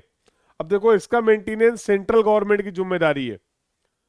नेशनल हाईवे की जिम्मेदारी किसकी है? मेंटेनेंस की, कंस्ट्रक्शन की। नेशनल हाईवे की जिम्मेदारी है आपकी सेंट्रल गवर्नमेंट की। अब फॉर एग्जांपल यूपी की बात करें तो यूपी के जो मेजर डिस्ट्रिक्ट्स हैं उनको कनेक्ट करने वाली जो रोड होगी उसको बोलने वाले हैं स्टेट हाईवे। स्टेट हाईवे ये मेंटेनेंस और डेवलपमेंट का काम होगा स्टेट गवर्नमेंट का। मेजर डिस्ट्रिक्ट रोड जो आपकी अर्बन पॉपुलेशन है, अर्बन पॉपुलेशन को मार्केट प्लेस से, आपके शहर में जो पॉपुलेशन, शहर की पॉपुलेशन है उसको मार्केट प्लेस से कनेक्ट करने वाली रोड, जो मेन आपके सिटी के पॉइंट्स हैं वहां तक कनेक्ट करने वाली रोड को हम लोग बोलते हैं मेजर डिस्ट्रिक्ट रोड। उस रोड को हम लोग बोलने वाले हैं मेजर डिस्ट्रिक्ट रोड। कैसे डिफाइन कर रहे हैं? अर्बन पॉपुलेशन को मार्केट प्लेस से कनेक्ट करने वाली रोड को हम लोग बोलते हैं major district road. Other district road क्या होता है? रूरल पॉपुलेशन जो है उसको मार्केट प्लेस से कनेक्ट करने वाली रोड को हम लोग बोलते हैं अदर डिस्ट्रिक्ट रोड। और जो विलेजेस में रोड है, गांवों को कनेक्ट करने वाली जो रोड है, गांवों में जो रोड है, उनको हम लोग बोलते हैं विलेज रोड। तो इस तरीके से रोड का क्लासिफिकेशन किया गया as per the Nagpur road plan. कोई दिक्कत किसी को क्लासिफिकेशन में? कोई दिक्कत किसी को क्लासिफिकेशन में? तो ये कुछ की फीचर्स थे आपके नागपुर प्लान के। इसी को हम बोलते हैं फर्स्ट 20 ईयर प्लान। इसी को हम लोग बोलते हैं बेटा फर्स्ट 20 ईयर प्लान। एक बार जरा चैट बॉक्स में दिखा दो। एक बार जरा चैट बॉक्स में एनर्जी का ट्रांसफर कर दो।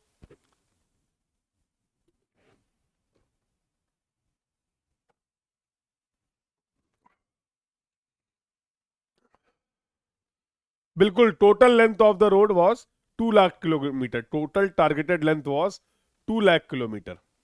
और इनकी कितनी इंडिविजुअल लेंथ होगी, that was calculated based on the different different formulas जो कि प्रिपेयर किए गए, जो कि यूज किए गए for the road length calculation in the case of Nagpur road plan.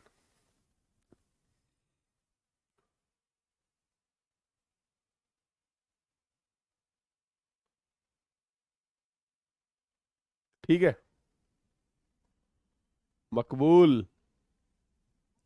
सोना नहीं है अभी।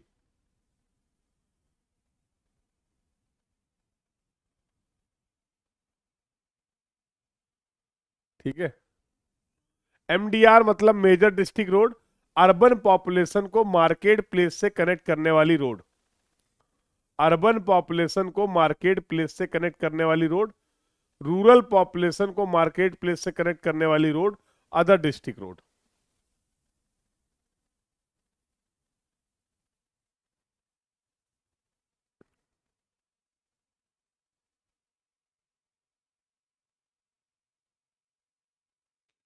चले आगे। विलेज रोड, गांवों में विलेजेस को कनेक्ट करने वाली रोड को आपने बोला विलेज रोड। तो सुना होगा आपने प्रधानमंत्री ग्रामीण सड़क योजना, प्रधानमंत्री ग्रामीण सड़क योजना सुना है? अरे एक बार ऐप पर अपलोड हो जाएगा रतनदीप डीपीपी, तो लगा रहेगा, हटेगा थोड़ा।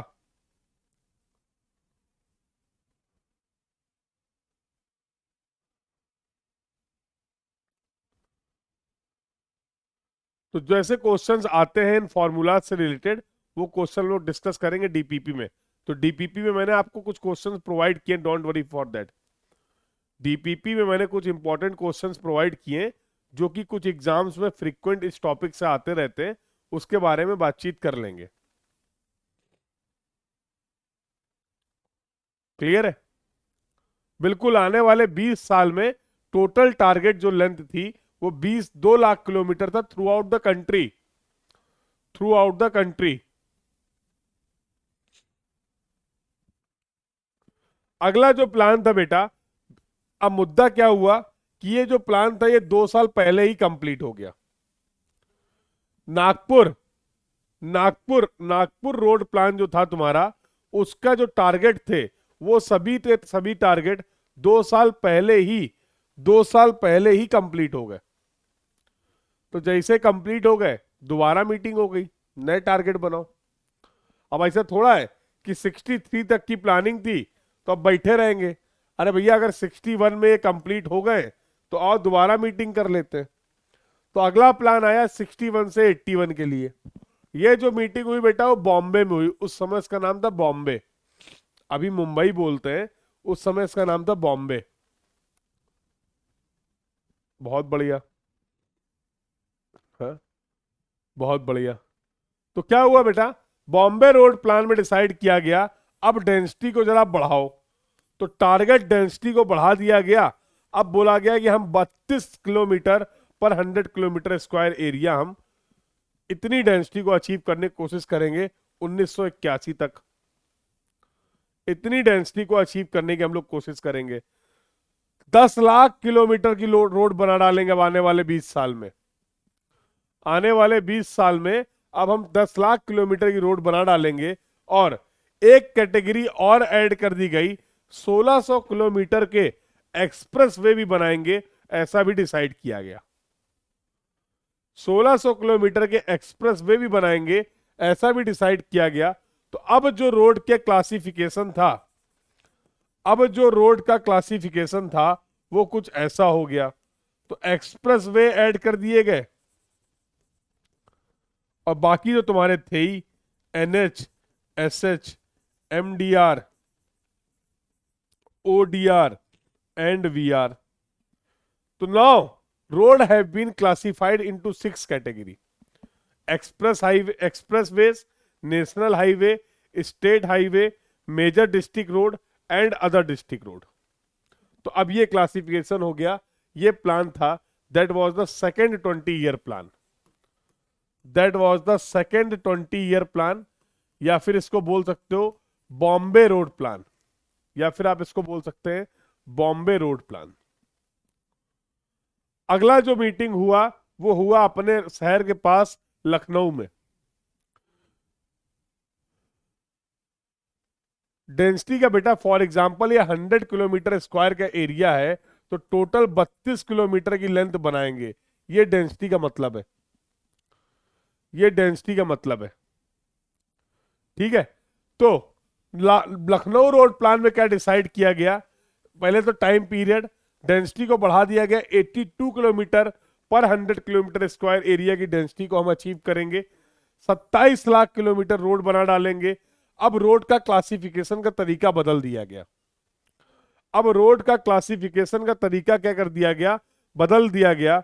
रोड को क्लासिफाई किया गया प्राइमरी, सेकेंडरी और टर्सरी कैटेगरी में। रोड को क्लासिफाई किया गया प्राइमरी, सेकेंडरी और टर्सरी कैटेगरी में। बिल्कुल बिल्कुल।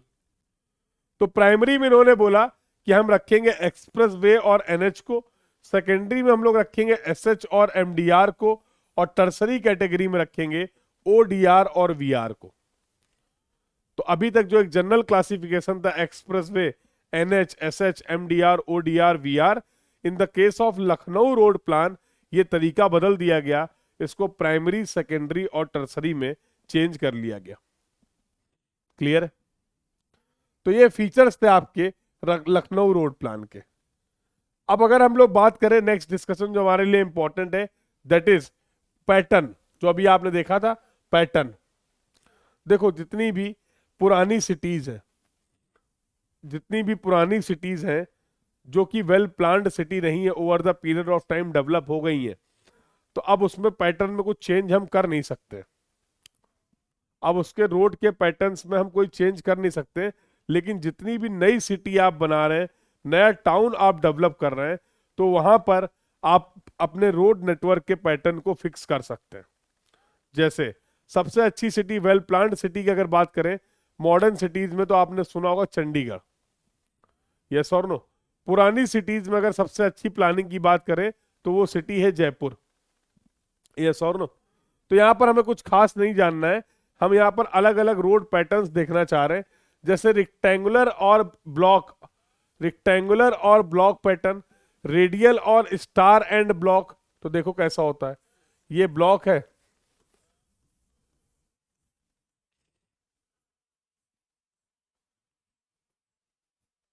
तो दिस इज द रेडियल और स्टार एंड ब्लॉक पैटर्न।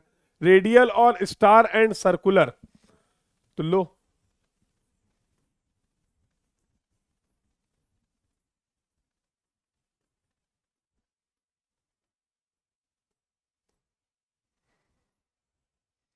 तो रेडियल और स्टार एंड सर्कुलर, रेडियल और star and grid.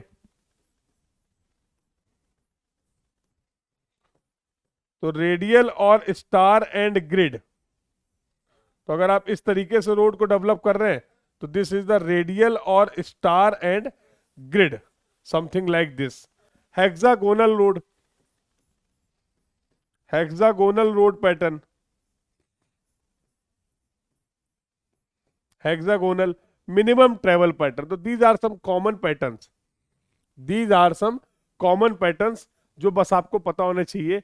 Nagpur road plan में ये स्पेसिफाई किया गया था कि we will develop the road as per the radial और स्टार एंड ग्रिड पैटर्न। तो यही एक क्वेश्चन है जो आपके इन प्लान से रिलेटेड जनरली आता रहता है। ये क्वेश्चन गेट में 2 बार आया है, गेट में 2 बार एक क्वेश्चन आया। मैंने बोला ना इस चैप्टर से 5-6 क्वेश्चन अब तक आए हुए हैं, तो 2 बार तो सेम क्वेश्चन आया हुआ है। जब आप प्रीवियस ईयर क्वेश्चन प्रैक्टिस करेंगे तो यू विल गेट। एक बार पूछा गया है कि Nagpur road plan was based on, Nagpur road plan was based on, तो ये सारे पैटर्न्स दिए गए थे। करेक्ट आंसर क्या हो जाएगा, स्टार एंड ग्रिड पैटर्न। दूसरा उन्होंने एक सवाल पूछा है, star and grid pattern was used in, star and grid pattern was used in the answer is going to be the Nagpur road plan. तो ये कुछ बेसिक जानकारी पॉइंट ऑफ व्यू से मैंने आपको बताया, that you should know. Last topic जो हम लोग आज डिस्कस करने जा रहे हैं कि highway survey, engineering surveys for highway location. जब कभी भी हम किसी भी रोड की लोकेशन को सेलेक्ट करते हैं, जब कभी भी हम किसी भी रोड की लोकेशन को सेलेक्ट करते हैं तो कौन कौन से सर्वेस करने पड़ते हैं। सर्वे का मतलब होता है कलेक्शन ऑफ डेटा। सर्वे का मतलब होता है collection of data, collecting the information. तो रोड का अलाइनमेंट सेलेक्ट करने के लिए, रोड की लोकेशंस को सेलेक्ट करने के लिए कौन कौन से सर्वे हमें करने पड़ेंगे ये बताते हैं। देखिए, तो एक एग्जांपल से लेते हैं, फिर इसको एक्सप्लेन कर दूंगा। फॉर एग्जांपल, एक सिटी ए है, ये सिटी बी है, ये सिटी सी है, ये सिटी डी है।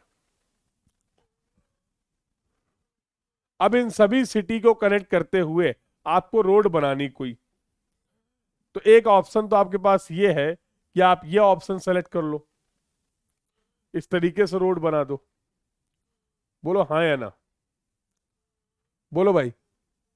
दूसरा ऑप्शन आपके पास क्या अवेलेबल है कि for example we are going to provide the road something like this, इस तरीके से रोड बना सकते हैं। यस और नो, अरे बोलो। One more option is there, we can provide the road something like this, हम इस तरीके से भी रोड बना सकते हैं, let's say something like this. मतलब इन सभी प्लेसेस को कनेक्ट करने के लिए केवल इकोनॉमी कंडीशन नहीं है, केवल इकोनॉमी कंडीशन नहीं है बेटा, कनेक्टिविटी का भी प्रॉब्लम है। तो इसके लिए कल हम लोग एक टॉपिक पढ़ेंगे, किसी भी रोड की यूटिलिटी को डिफाइन करेंगे, किसी भी रोड की यूटिलिटी को डिफाइन करेंगे।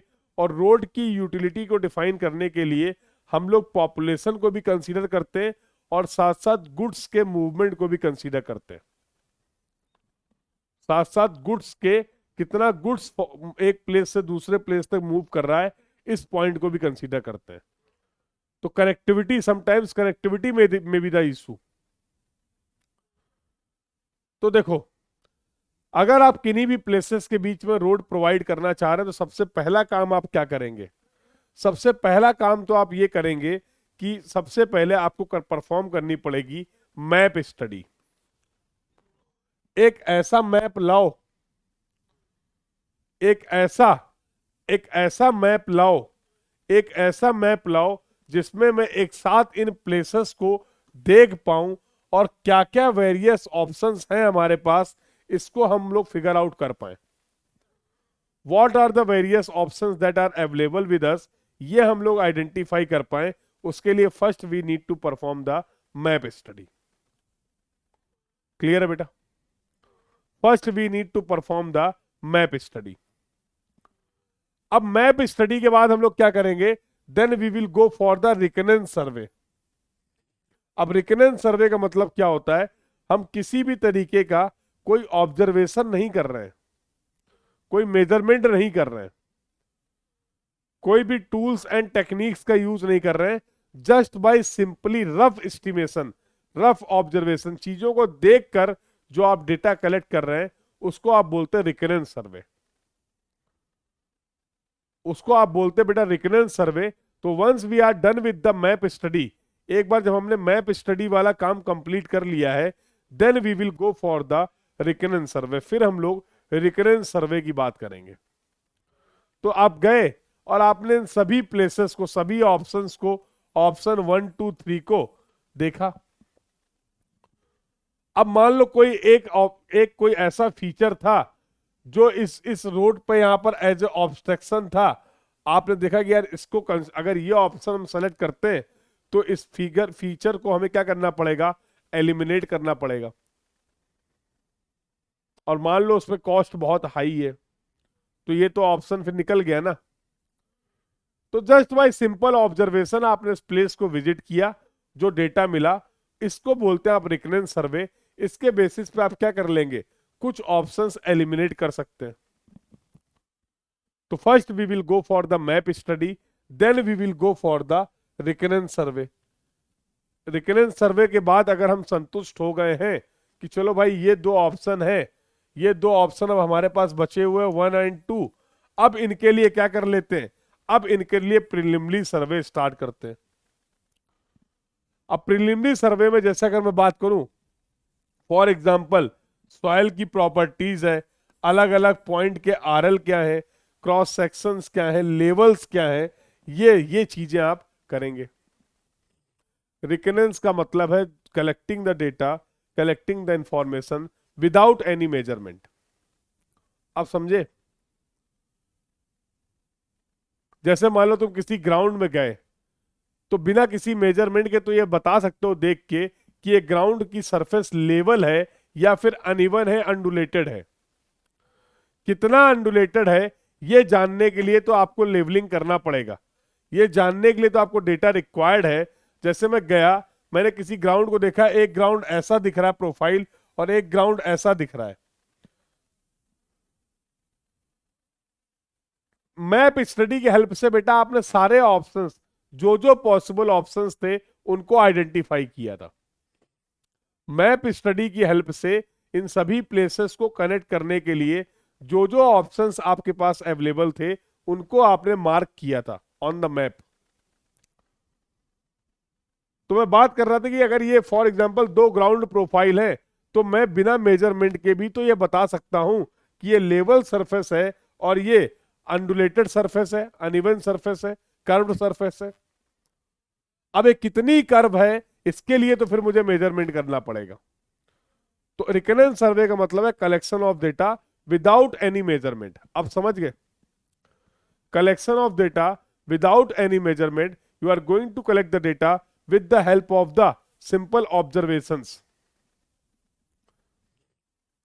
रफ एस्टिमेशन बोलते हैं इसको। रिकनेंस सर्वे से जो डेटा मिलेगा आपको वो रफ डेटा होगा, एक्यूरेट डेटा नहीं होगा, क्योंकि एक्यूरेट डेटा तो मेजरमेंट करने के बाद ही पता चलेगा ना। एक्यूरेट डेटा तो मेजरमेंट करने के बाद ही पता चलेगा ना बेटा। यस और नो? बोलो। Any other doubt to anyone?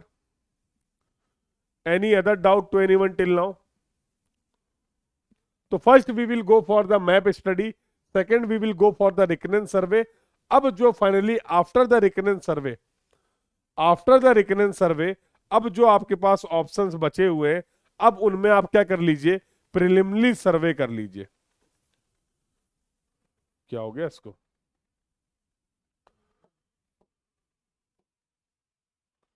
तो प्रिलिमिनरी सर्वे का मतलब क्या हो गया, सॉइल की प्रॉपर्टीज को असेस कर लीजिए, आरएल्स को कैलकुलेट कर लीजिए, सर्वे वर्क कर लीजिए।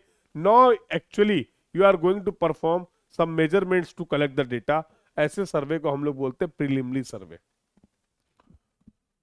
Once you have collected the data, अब मान लीजिए इस ऑप्शन में सॉइल की प्रॉपर्टीज जो रिक्वायर्ड है वो नहीं मिल रही हैं। सॉइल की जो प्रॉपर्टीज रिक्वायर्ड है road construction point of view से, वो ऑप्शंस आपको नहीं मिल रहे हैं।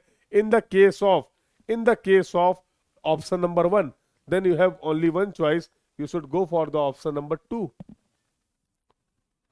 सो आपने एक हाईवे की लोकेशन को, एक हाईवे के अलाइनमेंट को सेलेक्ट किया with the help of this study. Once the option is final, एक बार जब ये ऑप्शन फाइनल हो गया है, then you will go for the final and detailed survey.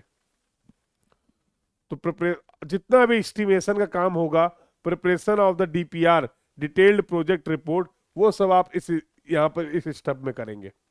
That will be the last step. सवाल ये है कि सर आपने जो बताया है इससे सवाल कैसे आते हैं, ये समझ लेते हैं कि सर ये जो टॉपिक अभी आपने डिस्कस किया है इससे सवाल हमारे एग्जाम में कैसे आते हैं। तो बेटा दो तरीके के सवाल आपको यहां से देखने को मिलेंगे, यहां से दो तरीके के सवाल देखने को मिलेंगे बिल्कुल। एक तो इनकी क्रोनोलॉजी, क्रोनोलॉजी क्या है तो दे दिया जाएगा कि भैया ये 1 2 3 4 इनका करेक्ट सीक्वेंस क्या है, इनका करेक्ट सीक्वेंस क्या है। तो आप बोलोगे 1, फिर बोलोगे 2, फिर बोलोगे 3, फिर बोलोगे 4। तो this is the correct chronology. दूसरा एक सवाल यहां से पूछ लिया जाता है कि मैंने रोड के अलाइनमेंट के लिए, रोड के लोकेशन के लिए सर्वे किया और मैंने उस सर्वे में सॉइल का कुछ डेटा कलेक्ट किया है, तो सॉइल की सैंपलिंग इनमें से किस स्टेप में की जाएगी? पॉइंट्स के एलिवेशन का मेजरमेंट्स इनमें से किस सर्वे में किया जाएगा? बता पाओगे? बता पाओगे यस और नो?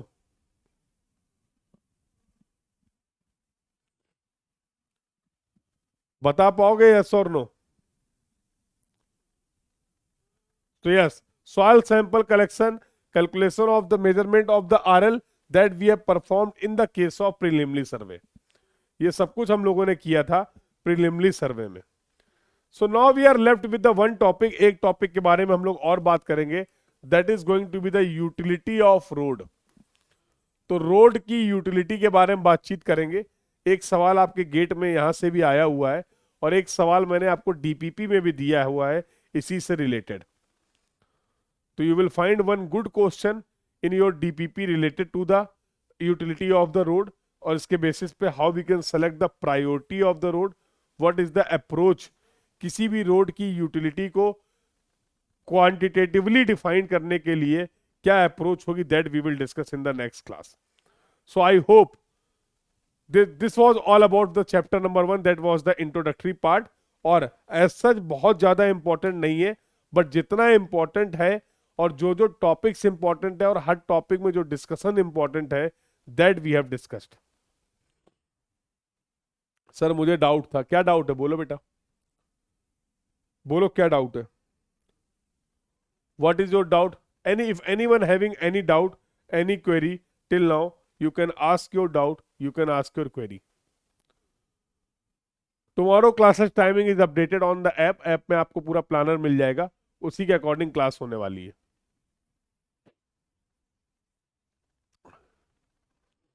तो कल आपकी आई थिंक 4 क्लासेस है।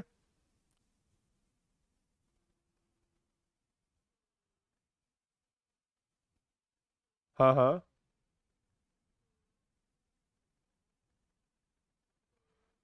याद रहेगी ना बेटा, अभी अभी जस्ट आपने क्लास अटेंड की है।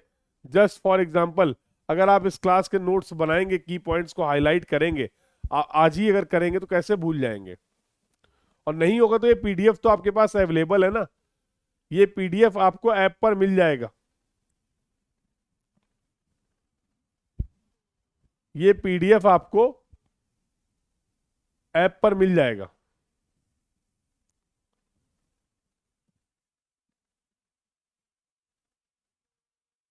बिल्कुल बिल्कुल, because we have limited fund Ratandeep, तो हमें रोड की प्रायोरिटीज को भी सेलेक्ट करना पड़ेगा ताकि उसी हिसाब से हम उनका डेवलपमेंट और मेंटेनेंस कर पाए। तो उसी प्रायोरिटी को समझने के लिए we will discuss about the utility of the road, road की यूटिलिटी को मेजर करेंगे, then we can conclude, when we can comment on the priority.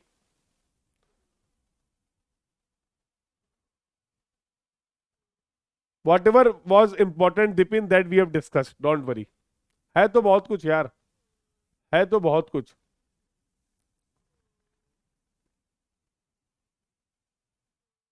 नहीं नहीं, अगले 20 साल की लेंथ है ये रमन, हर अगले अगले 20-20 साल की लेंथ है ये।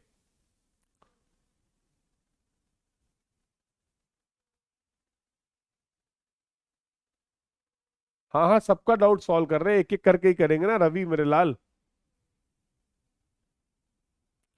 बेटा देखिए, अगर आप टाइम मैनेज कर पा रहे हैं तो क्लासेस को अटेंड करना पड़ेगा मकबूल इन्वायरमेंट की। डोंट गेट पैनिक, परेशान मत हो। देखो परेशान हो गए तो जो करंट सब्जेक्ट है वो भी डिस्टर्ब हो जाएगा। ट्राई करो, कोशिश करो कि जब भी फ्री टाइम मिले धीमे धीमे पुरानी क्लासेस को कंप्लीट कर लो, टाइम को मैनेज करो।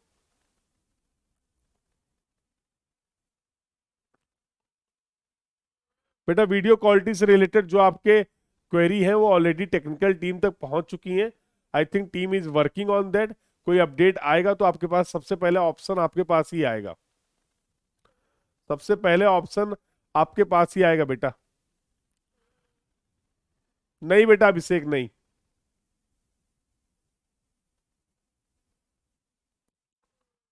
थैंक यू बेटा, thank you Pradeep, thank you. तो बस एक बार जल्दी से चैट बॉक्स को कर दिया जाए, फिर मिलते हैं कल।